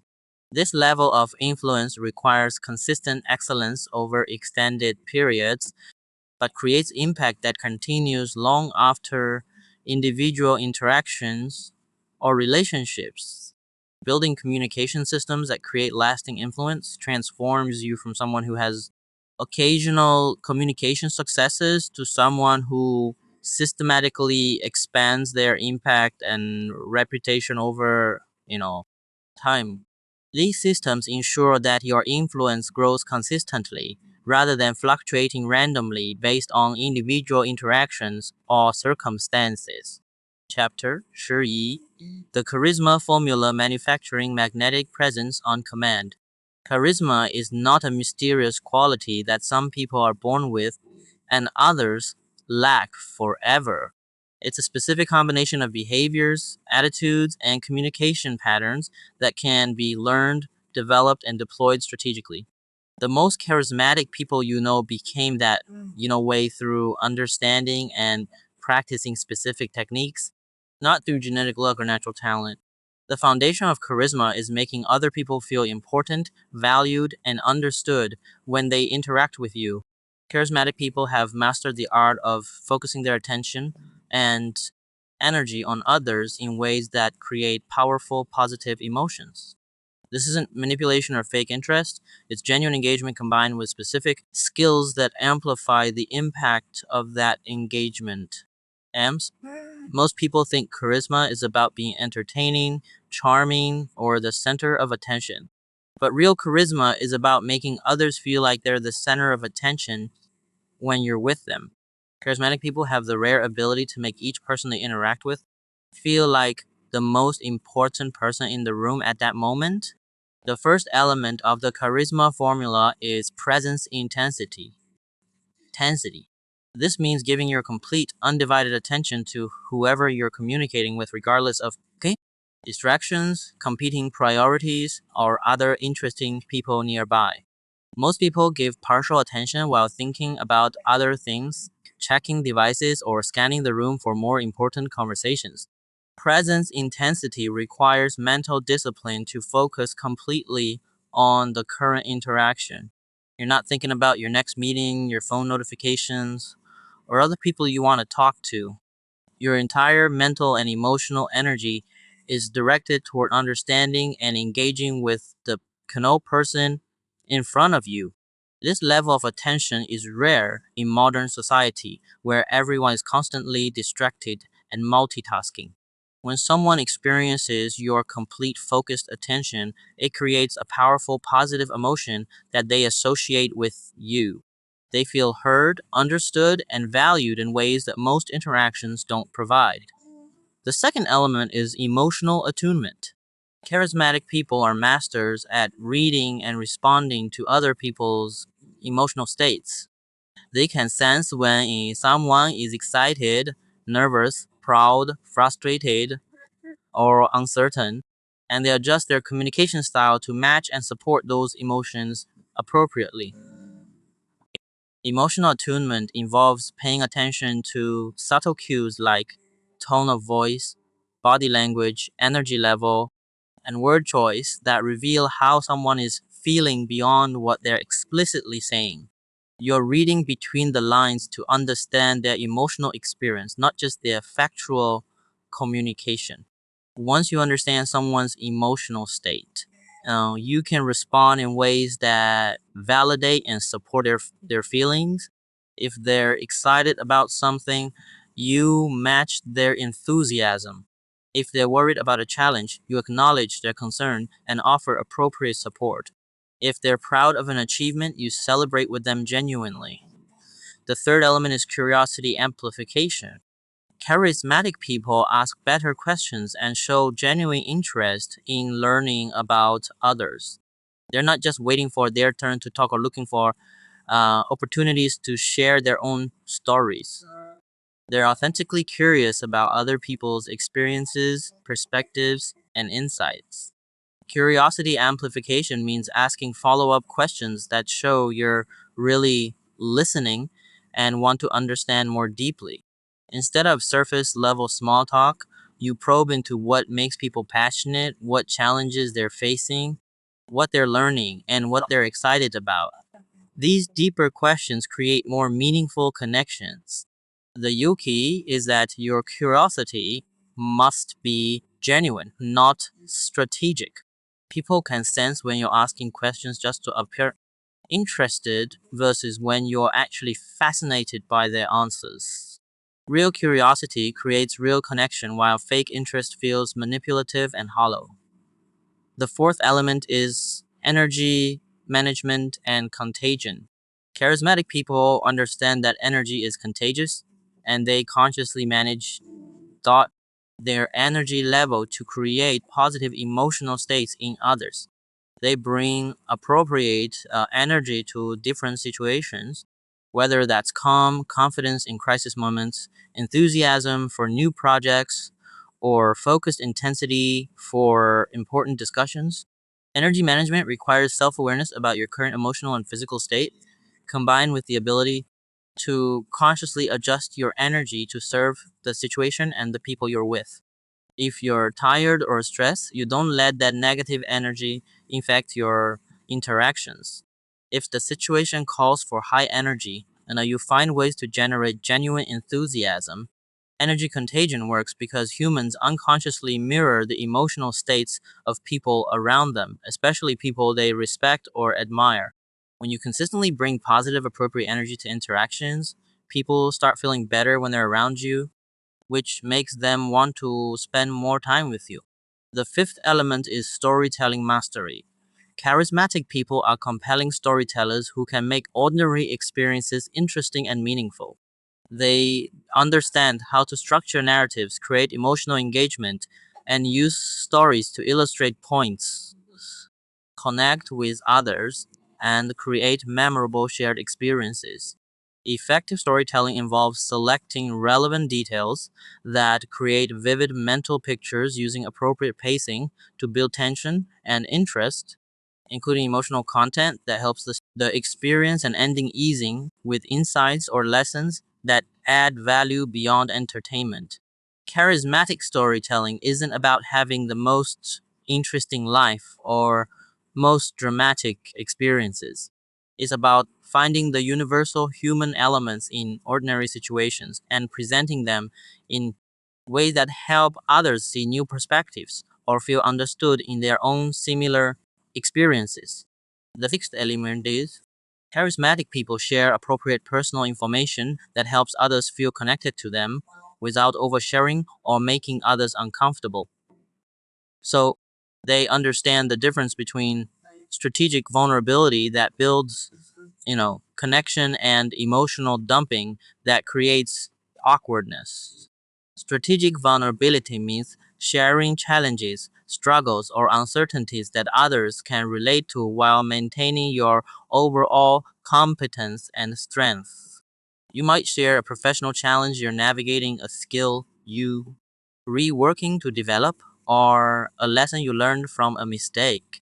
The key is that your vulnerability should serve the relationship and the conversation, not just your need for attention or emotional support. You're sharing personal information to help others feel less alone in their own challenges. Dot, or to demonstrate that growth and learning are ongoing processes for everyone.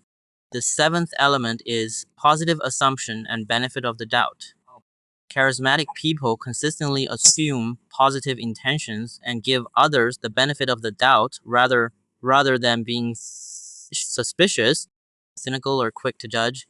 This creates psychological safety that allows others to be more open, authentic, and creative in their interactions. Positive assumption means interpreting ambiguous behavior in the most charitable way possible, giving people credit for good intentions even when their actions don't work out perfectly, and focusing on people's strengths, potential rather than their weaknesses. This doesn't mean being naive or ignoring red flags when they appear.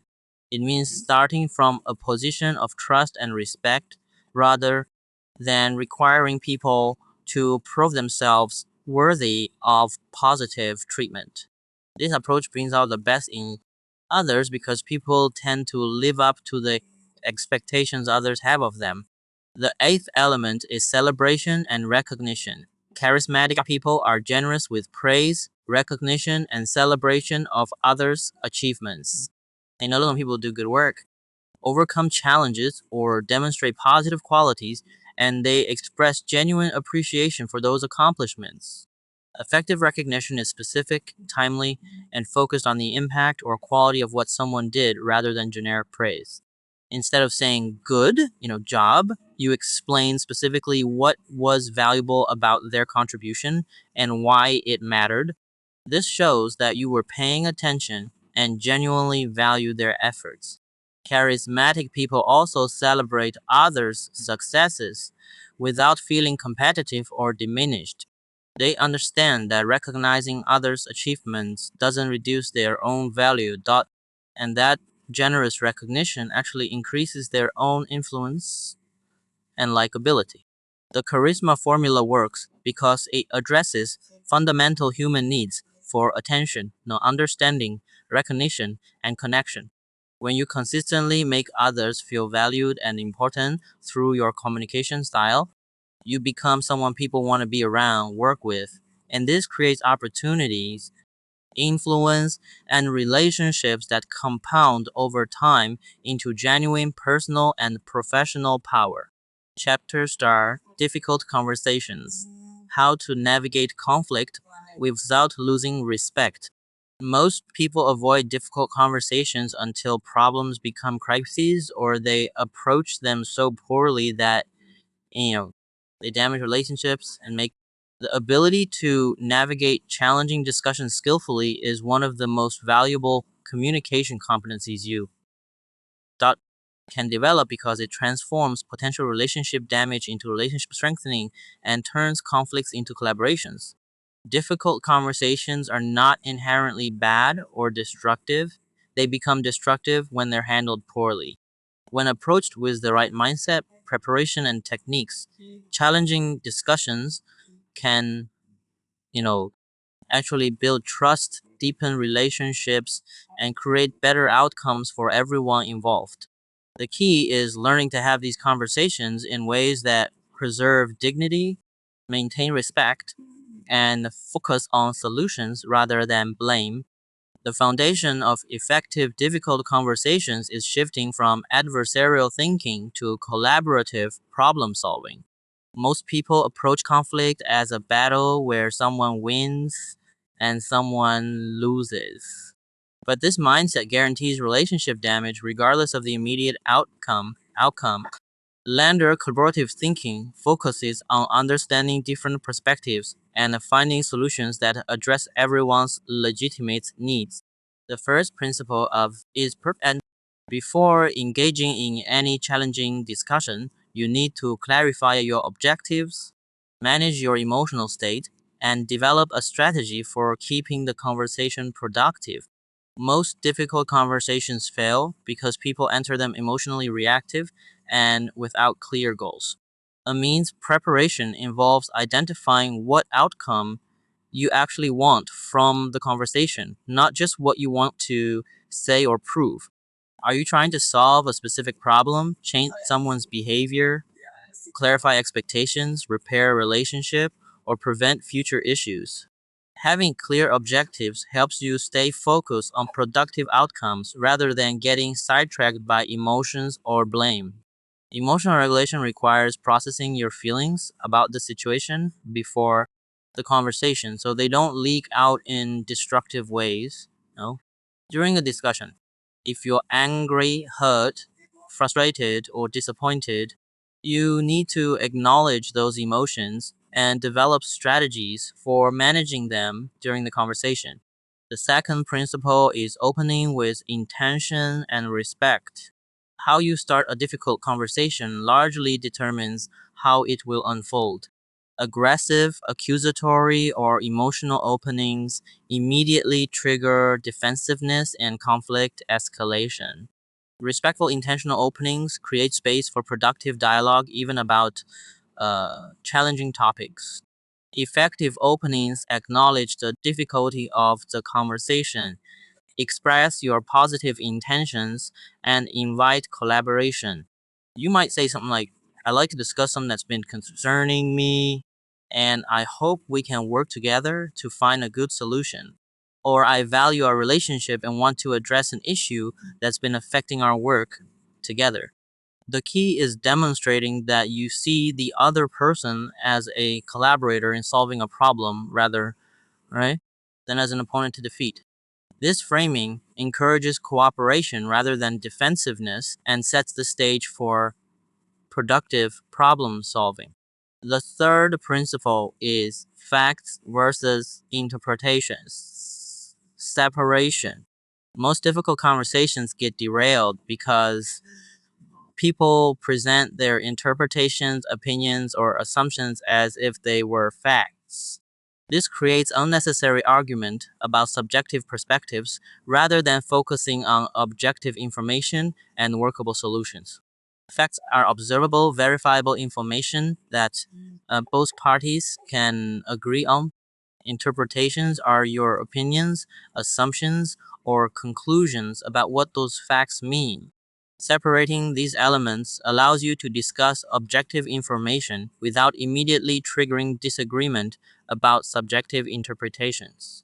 For example, saying you don't respect deadlines is an interpretation that will likely trigger defensiveness. Saying the project was submitted days after the agreed deadline is a fact that can be discussed objectively. Once you establish the facts, you can explore different interpretations and solutions without getting stuck in argument about subjective perspectives. The fourth principle is listening for understanding, not rebuttal. Most people listen to difficult conversations primarily to find flaws in the other person's reasoning or opportunities to present their counterarguments. This defensive listening prevents real understanding and escalates conflict because people feel unheard and dismissed. Listening for understanding means genuinely trying to comprehend the other person's perspective, concerns, and needs. Even when you disagree with their conclusions or approaches, you're seeking to understand their reasoning, their constraints, and their desired outcomes before focusing on your own position. This type of listening often reveals information that changes your understanding of the situation and opens up solution possibilities that weren't apparent when you were focused only on defending your own perspective. Understanding doesn't require agreement, but it creates foundation for finding mutually acceptable solutions. The fifth principle is acknowledging valid points and shared concerns. Even in conflicts, there are usually some areas of agreement or shared concern that can serve as foundation for problem solving. Acknowledging these commonalities helps de-escalate tension and creates collaborative momentum. Valid point acknowledgement means recognizing when the other person raises legitimate concerns or accurate observations, even if you disagree with their overall position or proposed solutions. This shows intellectual honesty and reduces their need to keep arguing points you've already accepted. Shared concern identification involves finding areas where you both want similar outcomes, even if you disagree about methods or priorities. You might both want project success, customer satisfaction, team harmony, or efficient processes, even while disagreeing about specific approaches. The sixth principle is solution focused redirection. Difficult conversations can easily become stuck in problem analysis, blame assignment, or emotional venting that doesn't improve anything. Effective conversation management involves acknowledging problems and emotions, but consistently redirecting energy towards solution development and action planning. Solution focused questions include: what would need to change for this to work better? What options do we have for addressing this concern? What would success look like from both our perspectives? And what specific steps could we take to improve this situation? These questions move the conversation from complaint to collaboration. The key is not to rush to solutions before problems are fully understood, but to prevent getting stuck in endless problem discussion without moving toward resolution. You want enough problem analysis to understand what needs to be solved, but not so much that the conversation becomes dominated by negativity and blame. The seventh principle is agreement documentation and follow through. Many difficult conversations end with verbal agreements that are later forgotten, misremembered, or interpreted differently by different parties. Effective conversation closure includes confirming what was agreed to, establishing specific next steps, and creating accountability for follow-through. Agreement documentation doesn't have to be formal, but it should include clear understanding of what each person committed to, do specific timelines for action, and plan follow-up to assess progress. This prevents the same issues from resurfacing due to unclear or unfulfilled agreements. Follow through is crucial because broken commitments from difficult conversations often create worse relationship damage than the original problems. When you make agreements during childhood, you must prioritize fulfilling those commitments to demonstrate that the conversation led to real positive change. Mastering difficult conversations transforms you from someone who avoids conflict until it becomes destructive to someone who can early and constructively. This skill prevents small issues from becoming major crises, builds stronger relationships through effective problem solving, and establishes your reputation as someone who can handle challenging situations with grace and effectiveness. Chapter Susan: Digital Communication Mastery Influence in the Virtual World. The digital revolution has fundamentally changed how we communicate, but most people are still using analog communication strategies in digital CAI environments. This mismatch between old approaches and new mediums severely limits their influence and effectiveness.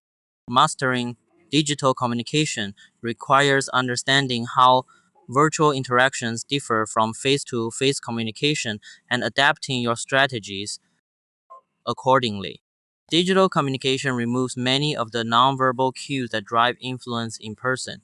Tone of voice, body language, facial expressions, energy levels, and physical presence are either completely absent or significantly diminished in, digital formats.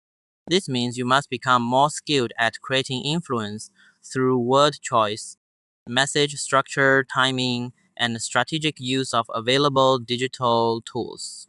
The absence of immediate feedback also changes digital communication dynamics. In face-to-face conversations, you can read reactions in real time and adjust your approach instantly. Digital communication often involves delayed responses, which means you must anticipate reactions and craft messages that work effectively without real-time calibration. The first principle of digital communication mastery is platform optimization. Different digital platforms have different communication norms, user expectations, and algorithmic behaviors that affect how your messages are received and distributed. What works on email doesn't work on social media. What works in video calls doesn't work in text messages. And what works in formal digital presentations doesn't work in casual online interactions. Platform optimization requires characteristics of each digital environment and adapting your communication style to match user expectations while still maintaining your authentic voice and achieving your influence objectives. This isn't about becoming a different person on different platforms. It's about emphasizing different aspects of your communication style to match platform norms. Email communication requires clear subject lines, structured content that's easy to scan, specific action requests with deadlines, and appropriate formality levels based on your social media. Communication requires more casual tone, visual elements that support your message, strategic use of hashtags and timing that aligns with when your audience is most active. The second principle is attention capture and retention. Digital environments are extremely competitive for attention, with people constantly bombarded by messages, notifications, and competing content.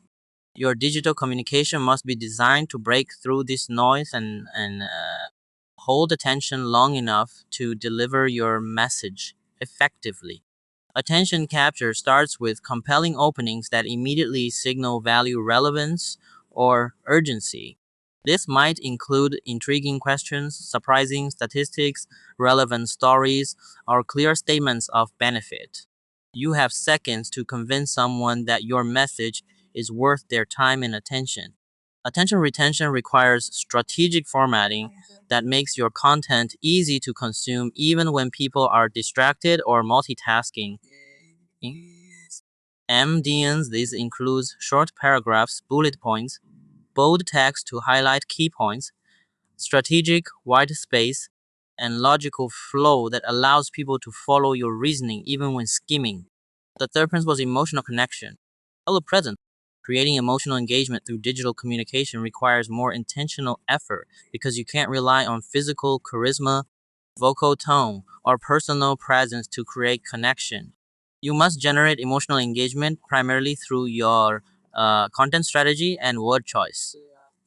Emotional connection in digital formats comes from understanding and addressing your audience's concerns, aspirations, fears, and desires through your messaging. You need to demonstrate that you understand their situation and genuinely care about helping them achieve their goals or solve their problems. Personal storytelling becomes even more important in digital communication because stories create that emotional engagement and help people feel connected to you as a person rather, than just a source. Strategic vulnerability and authentic sharing help humanize your digital presence and create the personal connection that builds influence. The fourth principle is credibility establishment and social proof integration. Digital environments make it easy for people to research your background, verify your claims, and check your reputation before deciding whether to trust your communication. This makes credibility establishment crucial for digital influence. Digital credibility comes from consistent, high quality content that demonstrates expertise, professional presentation that reflects attention to detail, social proof through testimonials, recommendations, and engagement metrics, and transparent authentic communication that builds trust over time. You can integrate social proof into digital communication through strategic sharing of testimonials, case studies, achievement metrics, and endorsements from credible sources. But this social proof must feel natural and relevant rather than forced or boastful. The fifth principle is strategic timing and frequency optimization. Digital communication timing affects whether your messages are seen, read, and acted upon. Different audiences have different online behavior patterns, and different platforms have optimal posting times that affect message visibility and engagement. Timing optimization requires understanding when your specific audience is most likely thought to be online and receptive to your type of message. This varies by industry, role, time zone, and kind of platform, but data analysis can reveal patterns that improve your communication effectiveness. Frequency optimization involves finding the right balance between staying visible and relevant without becoming annoying or overwhelming. Too little communication and people forget about you too much, and they start ignoring or unsubscribing from your messages. The sixth principle is multimedia integration and visual communication. Digital platforms increasingly favor visual content over text-only communication. This means developing skills in creating and using images, videos, graphics, and other visual elements that support and enhance your written communication. Visual communication doesn't require professional design skills, but it does require understanding how to use visual elements strategically to support your message objectives. This might include infographics that simplify complex information, videos that demonstrate concepts, photos that create emotional connection, or charts that support data-driven arguments.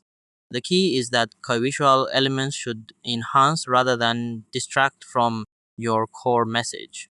They should serve specific communication purposes, not just make your content look more attractive. The seventh principle is engagement, cultivation, and community building. Digital communication is increasingly interactive, with audiences expecting opportunities to respond, comment, and engage rather than just passively consuming content. Building digital influence requires creating opportunities for meaningful engagement that builds relationships over time. Engagement cultivation involves asking questions that encourage responses, sharing content that invites discussion, responding thoughtfully to comments and messages, and creating opportunities for your audience to contribute value. Content. Your digital communication must be designed to break through this noise and hold attention long enough to deliver your message effectively. Attention capture starts with compelling openings that immediately signal value, relevance, or urgency. This might include intriguing questions, surprising statistics, relevant stories, or clear statements of benefit.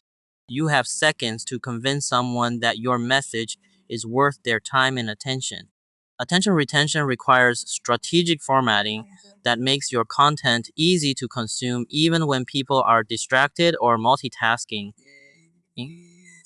MDNs, this includes short paragraphs, bullet points, bold text to highlight key points, strategic white space, and logical flow that allows people to follow your reasoning even when skimming. The third principle is emotional connection. Hello, present. Creating emotional engagement through digital communication requires more intentional effort because you can't rely on physical charisma, vocal tone, or personal presence to create connection. You must generate emotional engagement primarily through your content strategy and word choice. Emotional connection in digital formats comes from understanding and addressing your audience's concerns, aspirations, fears, and desires through your messaging. You need to demonstrate that you understand their situation and genuinely care about helping them achieve their goals or solve their problems. Personal storytelling becomes even more important in digital communication because stories create that emotional engagement and help people feel connected to you as a person rather, than just a source. Strategic vulnerability and authentic sharing help humanize your digital presence and create the personal connection that builds influence. The fourth principle is credibility establishment and social proof integration. Digital environments make it easy for people to research your background, verify your claims, and check your reputation before deciding whether to trust your communication. This makes credibility establishment crucial for digital influence. Digital credibility comes from consistent, high quality content that demonstrates expertise, professional presentation that reflects attention to detail, social proof through testimonials, recommendations, and engagement metrics, and transparent, authentic communication that builds trust over time. You can integrate social proof into digital communication through strategic sharing of testimonials, case studies, achievement metrics, and endorsements from credible sources. But this social proof must feel natural and relevant rather than forced or boastful. The fifth principle is strategic timing and frequency optimization. Digital communication timing affects whether your messages are seen, read, and acted upon. Different audiences have different online behavior patterns, and different platforms have optimal posting times that affect message visibility and engagement. Timing optimization requires understanding when your specific audience is most likely thought to be online and receptive to your type of message. This varies by industry, role, time zone, and kind of platform, but data analysis can reveal patterns that improve your communication effectiveness. Frequency optimization involves finding the right balance between staying visible and relevant without becoming annoying or overwhelming. Too little communication and people forget about you too much, and they start ignoring or unsubscribing from your messages. The sixth principle is multimedia integration and visual communication. Digital platforms increasingly favor visual content over text-only communication. This means developing skills in creating and using images, videos, graphics, and other visual elements that support and enhance your written communication. Visual communication doesn't require professional design skills, but it does require understanding how to use visual elements strategically to support your message objectives. This might include infographics that simplify complex information, videos that demonstrate concepts, photos that create emotional connection, or charts that support data-driven arguments. The key is that visual elements should enhance rather than distract from your core message. They should serve specific communication purposes, not just make your content look more attractive. The seventh principle is engagement cultivation and community building. Digital communication is increasingly interactive, with audiences expecting opportunities to respond, comment, and engage rather than just passively consuming content. Building digital influence requires creating opportunities for meaningful engagement that builds relationships over time. Engagement cultivation involves asking questions that encourage responses, sharing content that invites discussion, responding thoughtfully to comments and messages, and creating opportunities for your audience to contribute value rather than just receiving it from you. Community building takes engagement further by creating ongoing relationships between audience members, not just between you and individual followers. This might involve facilitating introductions, encouraging collaboration among your network, or creating forums where people with shared interests can connect and support each other. Digital communication mastery transforms your online presence from a static information source to a dynamic influence platform that builds relationships, creates opportunities, and establishes your expertise across multiple digital environments. This expanded digital influence increasingly translates into real-world opportunities and offline relationship building as digital and physical communication become more integrated. Chapter 14: The Kino Mastery Mindset, Becoming a Lifelong Student of Human Psychology. Communication mastery is not a destination you reach and then maintain effortlessly. It's an ongoing journey of learning, observation, practice, and refinement. The most powerful communicators never stop studying human psychology, observing social dynamics, and experimenting with new approaches because they understand that both communication contexts and human behavior are constantly evolving. The mastery mindset separates people who plateau at basic competence from those who continue developing extraordinary influence throughout their careers. This mindset involves treating every interaction as a learning opportunity, approaching communication challenges with curiosity rather than frustration, and systematically studying what works and what doesn't in your specific context and relationships.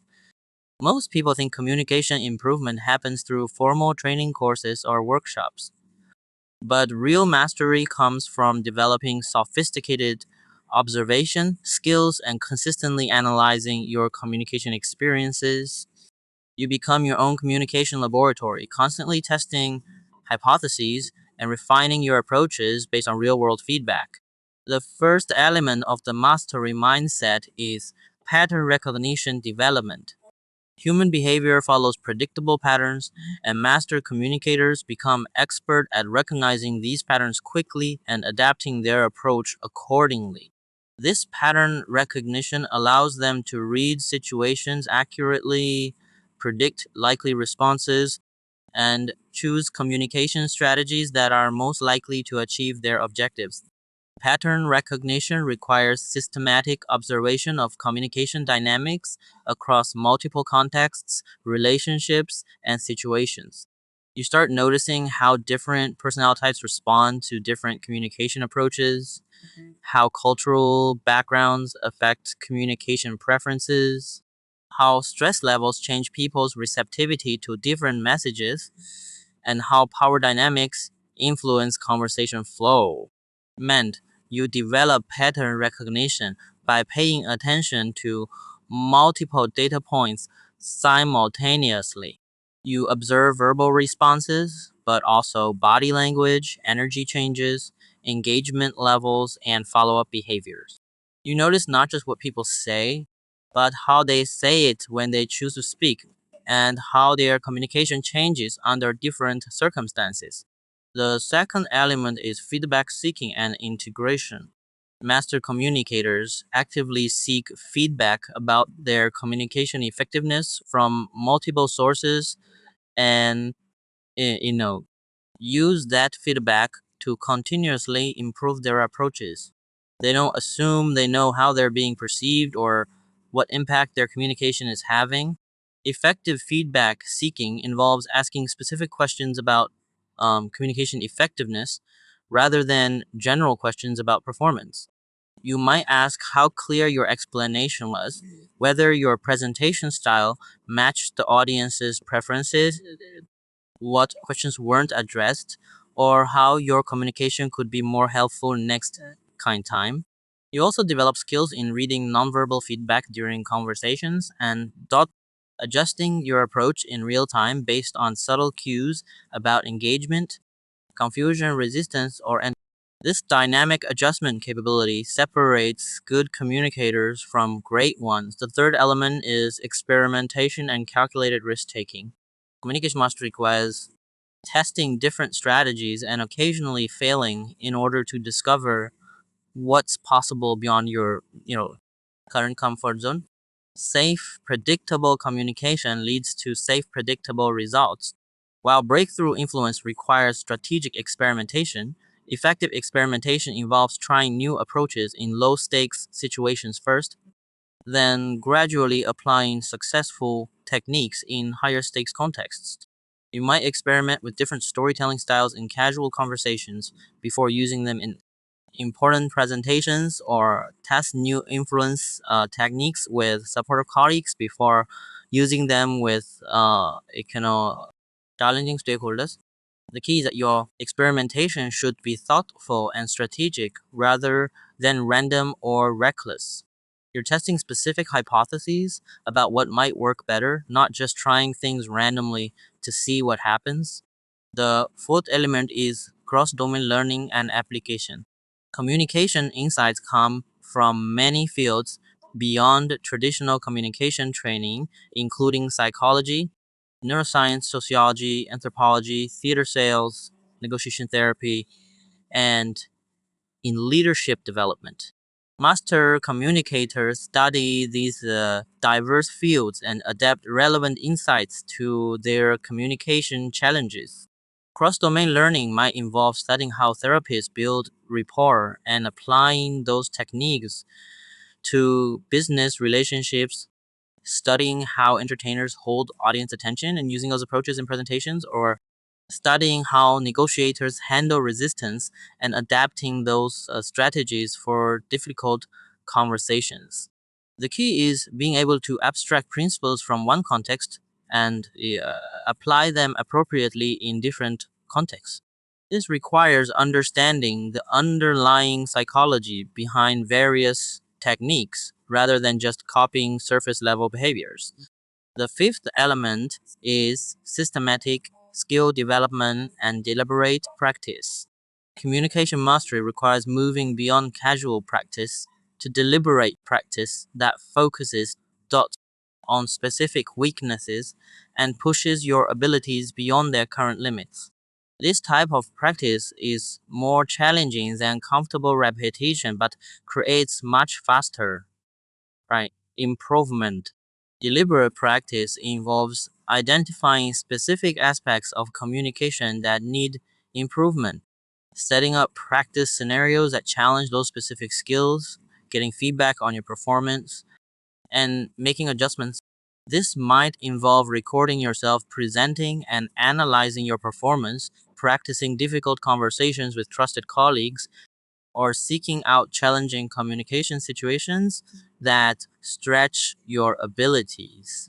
You also develop supporting skills that enhance your communication effectiveness, such as emotional regulation skills that help you stay calm under pressure, analytical skills that help you understand complex situations, or creative skills that help you find new ways to explain difficult concepts. The sixth element is mental model development and framework creation. Master communicators develop sophisticated mental models for understanding communication dynamics and create personal frameworks for approaching different types of communication challenges. These models and frameworks help them process complex situations quickly and choose effective strategies efficiently. Mental models might include frameworks for reading group dynamics during meetings, systems for preparing for different types of presentations, or decision trees for handling various types of conflict. These tools help you move from intuitive communication to strategic communication based on proven principles and reliable processes. You develop these models by studying successful communication examples, analyzing your own successes and failures, and creating systematic approaches for handling recurring communication challenges. Over time, these frameworks become automatic and allow you to handle complex communication situations with greater confidence and effectiveness. The seventh element is teaching and knowledge transfer. One of the most effective ways to deepen your communication mastery is teaching others what you've learned. Teaching forces you to organize your knowledge more clearly, identify gaps in your understanding, and develop better explanation. Teaching opportunities might include formal training sessions, informal mentoring, peer coaching, or simply helping colleagues improve their communication skills. These experiences help you understand communication principles more deeply while also building your reputation as someone with valuable expertise to share. Knowledge transfer also involves documenting your learning and creating systems that allow others to benefit from your communication insights. This might include writing about communication principles, creating training materials, or developing processes that help your team or organization communicate more effectively. The mastery mindset transforms communication from a basic skill you use occasionally to a sophisticated expertise that you develop continuously throughout your career. This commitment to ongoing learning and improvement creates compounding returns where your communication effectiveness, right, increases dramatically over time rather than plateauing at basic competence. Chapter 3: Your Communication Revolution: Implementing Everything and Dominating Every Room. Everything you've learned in this audiobook becomes worthless unless you implement it systematically and consistently. Most people consume communication training and then go back to their old habits within weeks because they don't have a clear plan for turning knowledge into automatic behavior. This final chapter gives you a systematic approach for implementing these principles and transforming yourself into someone who dominates every communication situation. The implementation process requires more than just trying to remember techniques during conversations. Real transformation happens when these principles become so deeply ingrained that you use them automatically without conscious effort. This level of integration requires systematic practice, structured feedback, and consistent refinement over months, not days or weeks. Your communication revolution starts with honest assessment of your current abilities and clear vision of where you want to be.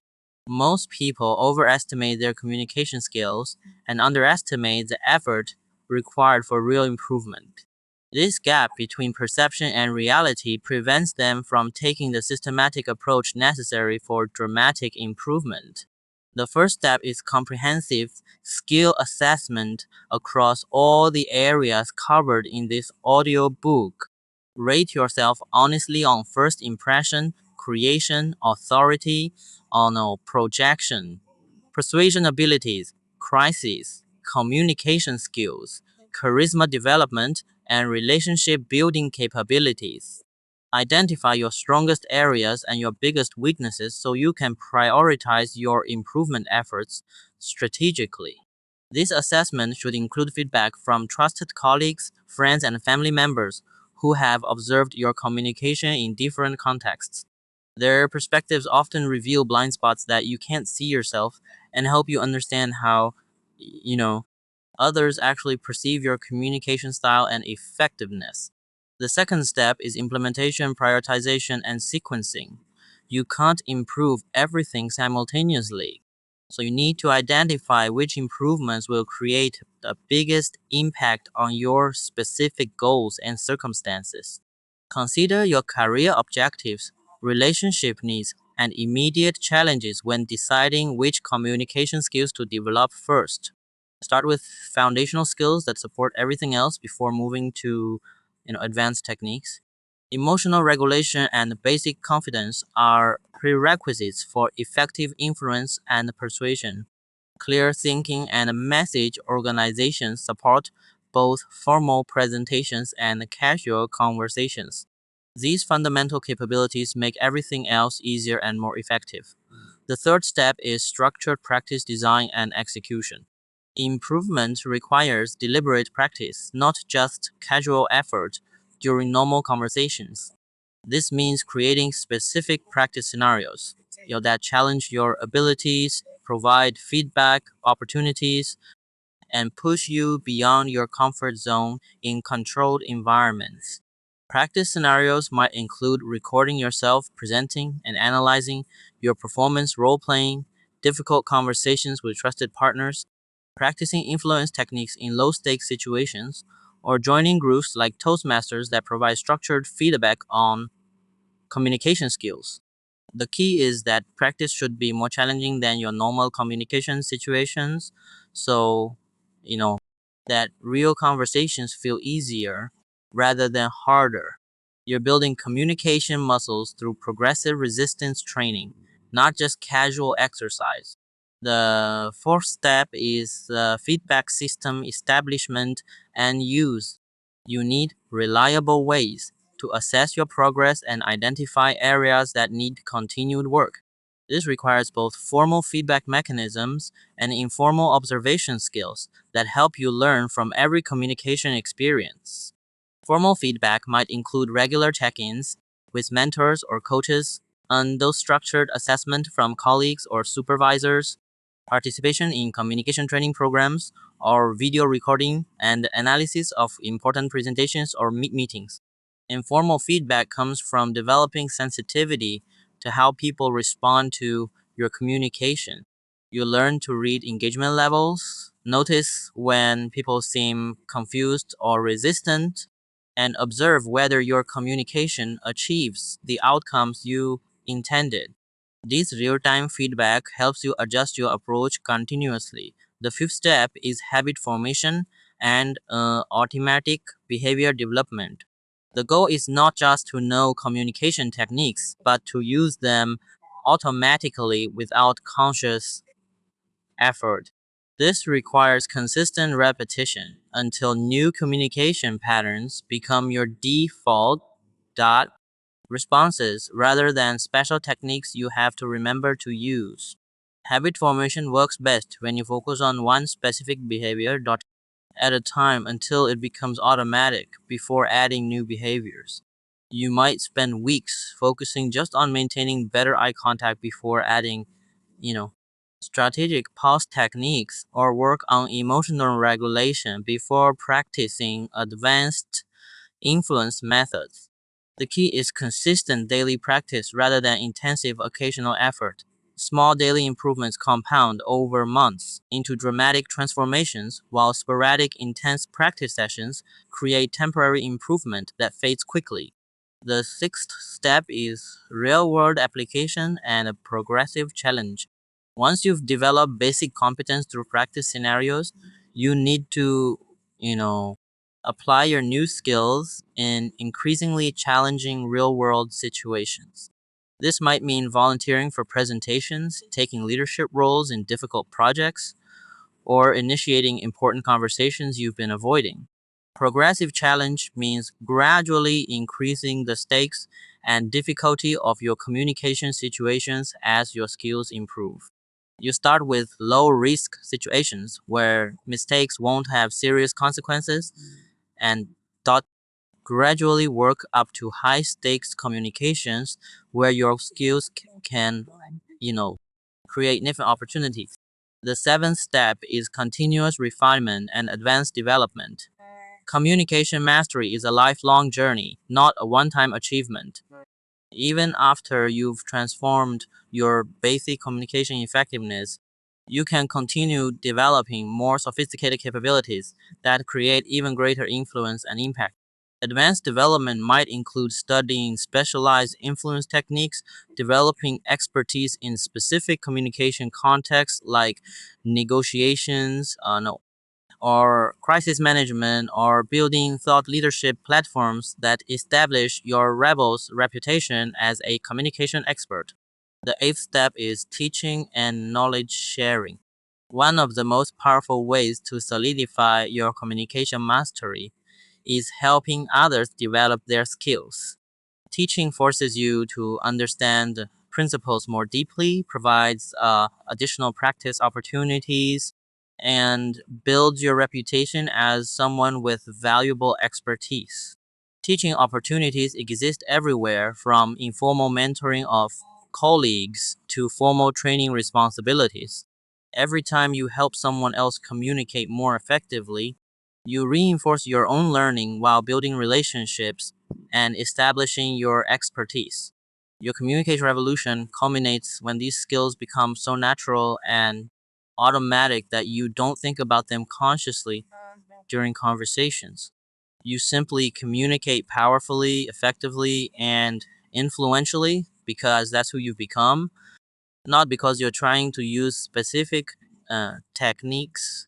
This transformation takes time, effort, and consistent practice, but the results are extraordinary. You become someone who commands respect, influences decisions, builds strong relationships, and achieves goals through the power of strategic communication. Every conversation becomes an opportunity to demonstrate your capabilities, create value, and build the relationships and reputation that support your long-term success. The techniques in this audiobook have the power to transform not just how you communicate, but how others perceive you, what opportunities come your way, and what you're able to achieve throughout your career and life. But only if you implement them systematically, consistently, and with the commitment to continuous improvement that separates masters from amateurs.